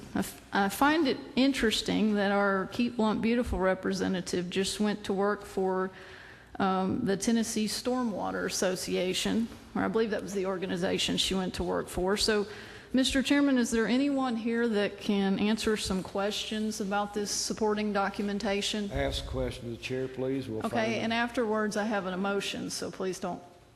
Okay. Who directed Beverly Collins to write this environmental court as a vision for Blount County?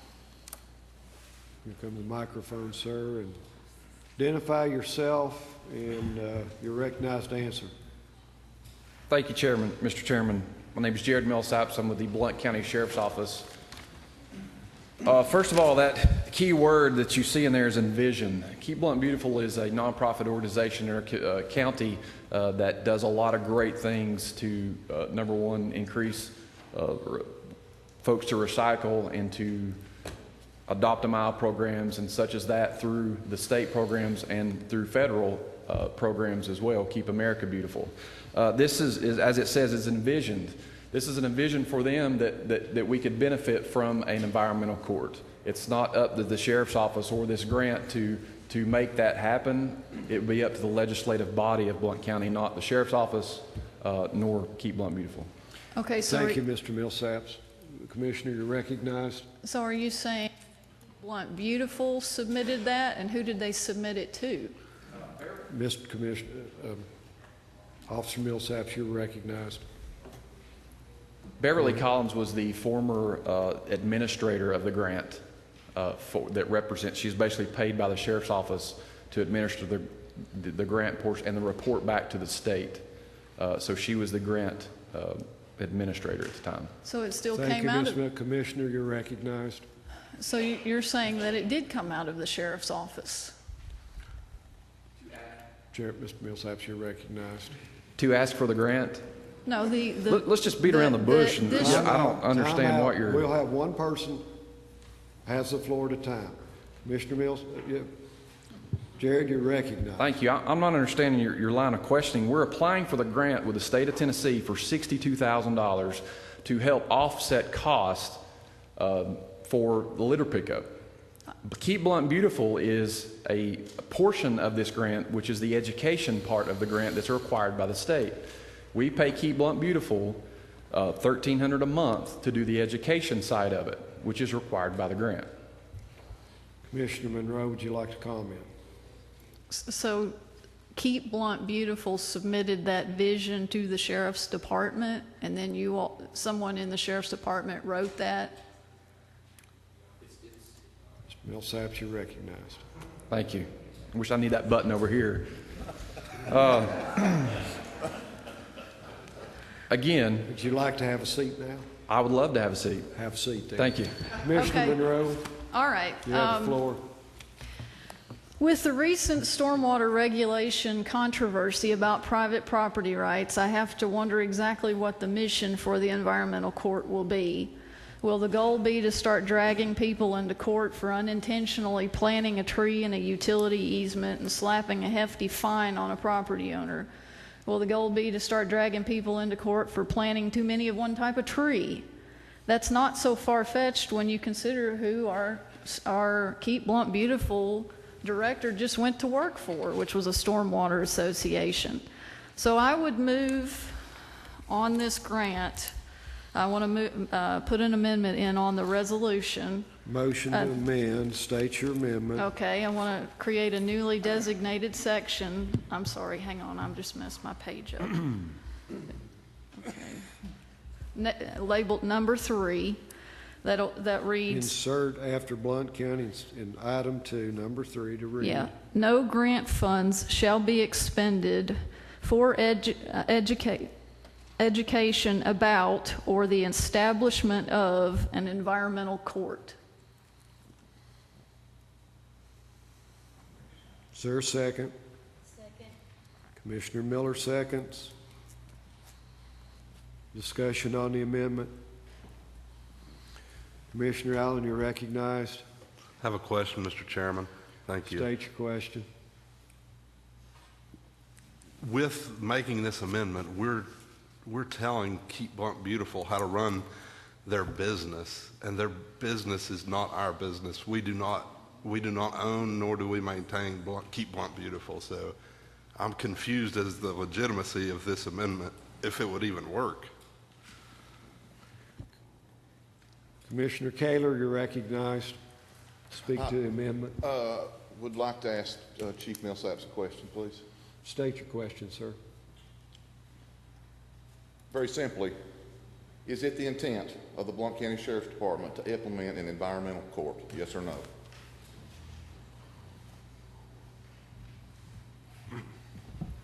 No. Thank you. One more question. Ask a question. How many years has the Blount County Sheriff's Department applied for and received said grant? Chief Millsaps. I can speak to the part that I've been involved in, at least 10 plus years just on my part. Thank you. Commissioner Lewis, you're recognized. Chair, one other question quickly. Ask question. If we change language in this document, could it possibly jeopardize the grant? Recognized, Chief. I can't answer that. I'm not sure. Thank you. Commissioner Melton, you're recognized. Thank you, Mr. Chairman. The question was asked how many years. I've been here 17 years, and it's been there for 17 years, I know. I used to sponsor it. Commissioner Monroe, you're recognized. Speak to the amendment. It might have been for 17 years, but this is the first time this has appeared in our packet. And somebody submitted this. This is the first time I've seen and envisioned. I mean, maybe it's been in there before. I don't know. Maybe I've missed it all these years. But before, it said that it was not the intent. I'm glad to hear that. But how many times has government laws gone awry when the intent was no longer known or understood? Certainly, we don't follow the intent of the Constitution anymore. As far as telling Keep Blount Beautiful what to do, we're not telling them what to do. We're doing something that routinely gets done. You're putting a limitation on the use of the funds, but we are not telling Keep Blount Beautiful that they can't go out and promote clean water and the environment and stop litter reduction, promote better environmental standards, but they don't need to take that money, if that's who's doing it, and go out and use it to promote in the community the establishment of an environmental court. So we need to think about this. That certainly the grant, I'm all for the grant. I'm all for that. There's one problem with this, and we don't need to walk into that and send stuff to the state that we have no intent of doing. Because the road to hell is paved with good intentions. Thank you. Commissioner Melton, you're recognized for the second time. Thank you, Mr. Chairman. This has been on the docket for 17 years. I know that for a fact. This is your first vote on that. So for 17 years, it has. Be in order. Be in order, gentlemen. Be in order. The pending motion is to adopt Resolution 1505007 to add item 3. No grant funds will be used to establish an environmental court. We're voting on the amendment. The amendment. Okay. I said the pending motion. The pending motion is to amend Resolution 1505007 by adding Section 3 in the resolve section that no grant funds will be used to implement or be spent on environmental court. Are the members ready for the question? Vote yes to amend the resolution. Vote no not to amend the resolution.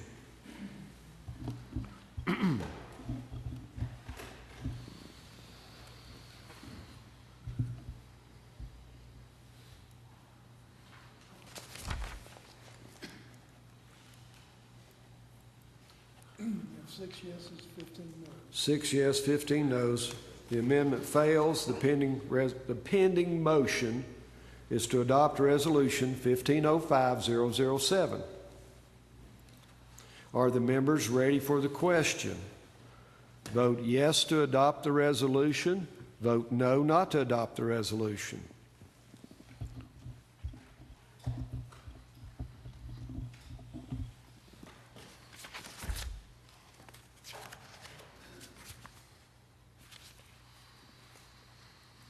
We have 16 yeses and 5 noes. 16 yes, 5 noes. The resolution's adopted. The next item of business is F8. Chair will stand for motion on item F8, Resolution 1505003.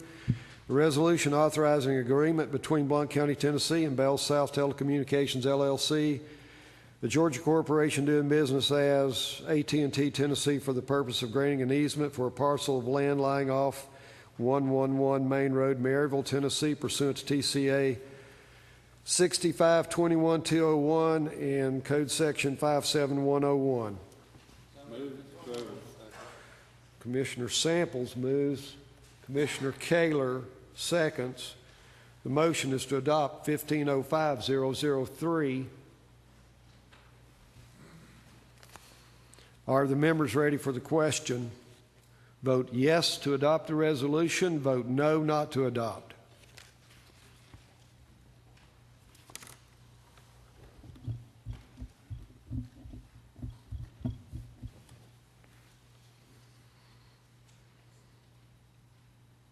Commissioner Daly.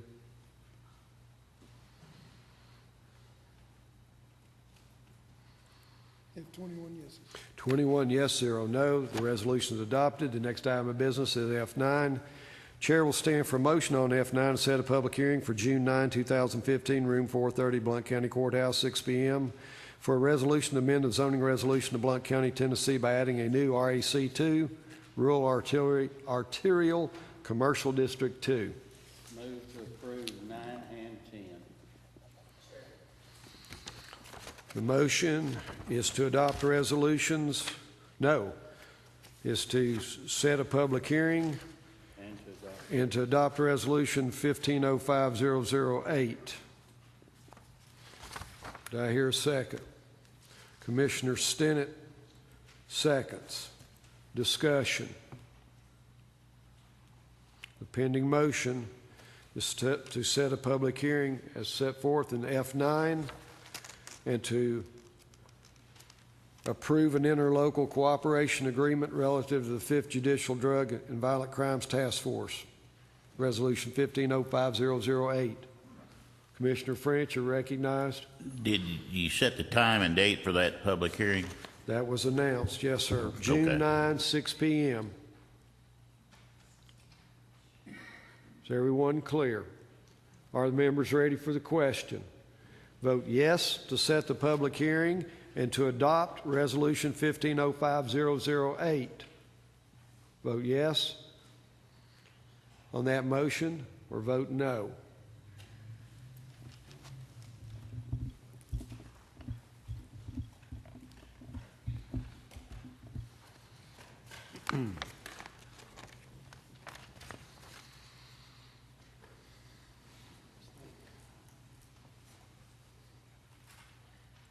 We have 21 yeses. 21 yes. The public hearing is set and Resolution 1505008 is adopted. The next item of business is Agenda Item G, Statements and Announcements. Seeing no lights, we'll move to Agenda Item H, Public Input on Items Not on the Agenda. Mr. Scott, come forward.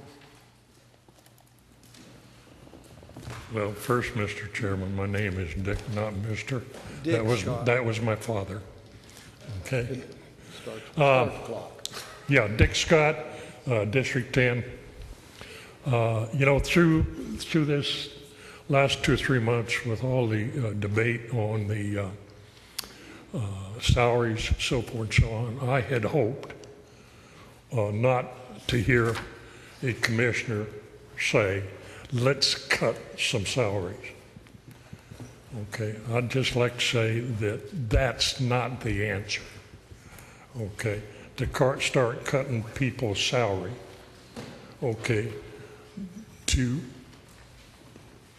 no matter what that cut is, it's going to be a drop in the bucket. It makes a good political speech, I understand that. Okay, same speech has been made by the same person before. But I just want to state that, you know, I just can't understand why anybody wants to cut people's salary. Here we've been talking about how they're underpaid. Now, they may be talking about department heads or whatever. That doesn't matter. Doesn't matter. It's just not right, in my opinion, to cut people's pay, period. Thank you. Anyone else?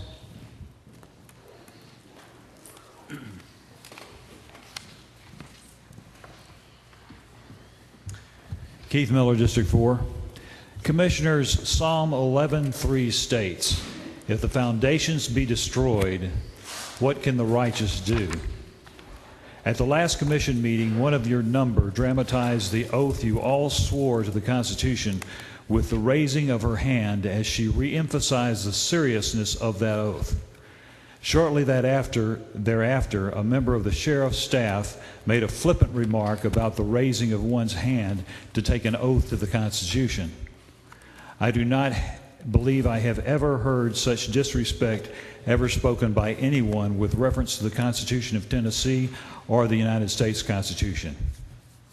Especially disturbing is the fact that it came from an official of the Sheriff's Department.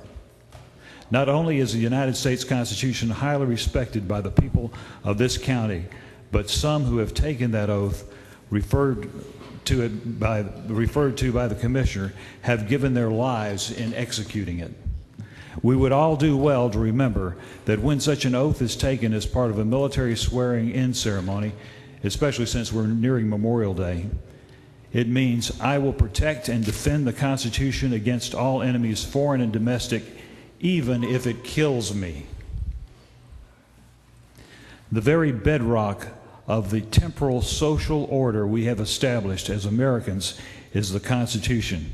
Let's respect it. Again, Psalm 11:3, if the foundations be destroyed, what can the righteous do? Thank you.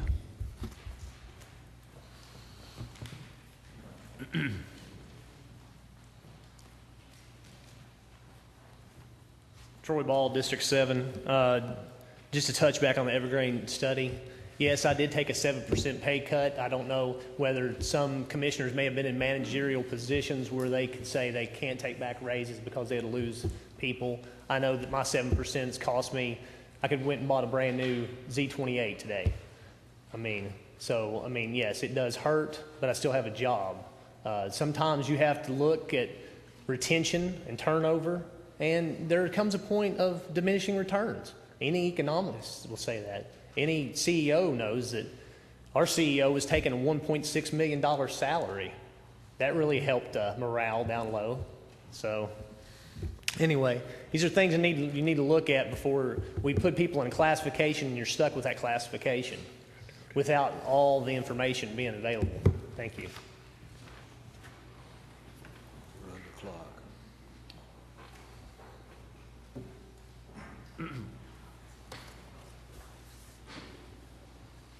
Thank you, Mr. Chairman.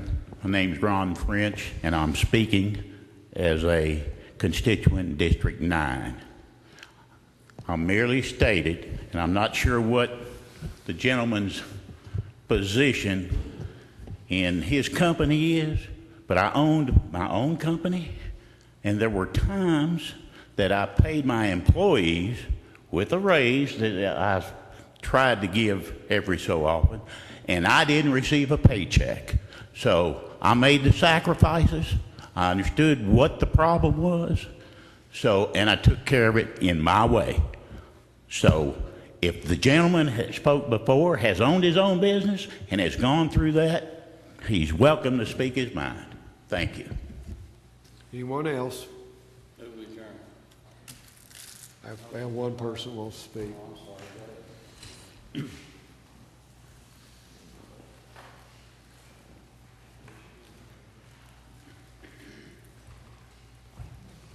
I'm Helen Abbott. I live in District 4. This October, one of our forefathers will be recognized by a monument being placed in Savannah, Georgia, at the Battle of Savannah. This man is buried here in Blount County at Lakemont. Most of you don't know that, but it's about to happen. I'm a descendant of his. I have been asked to write my feelings on this. As I sat down to write it, I can't, because I keep thinking our county is in such a turmoil that I keep thinking, what am I going to say? But this man was wounded, and I was thinking, you know, here he was in Savannah, Georgia. How did he get home? He had a long ride home on a horse. This was in 1795. October the 9th. So I just want y'all to be aware of that. That is William fighting Billy Tipton. The memorial will be done on October the 9th at dawn when the taps are played. Thank you. Anyone else? This concludes tonight's agenda. Without objection, we'll stand adjourned.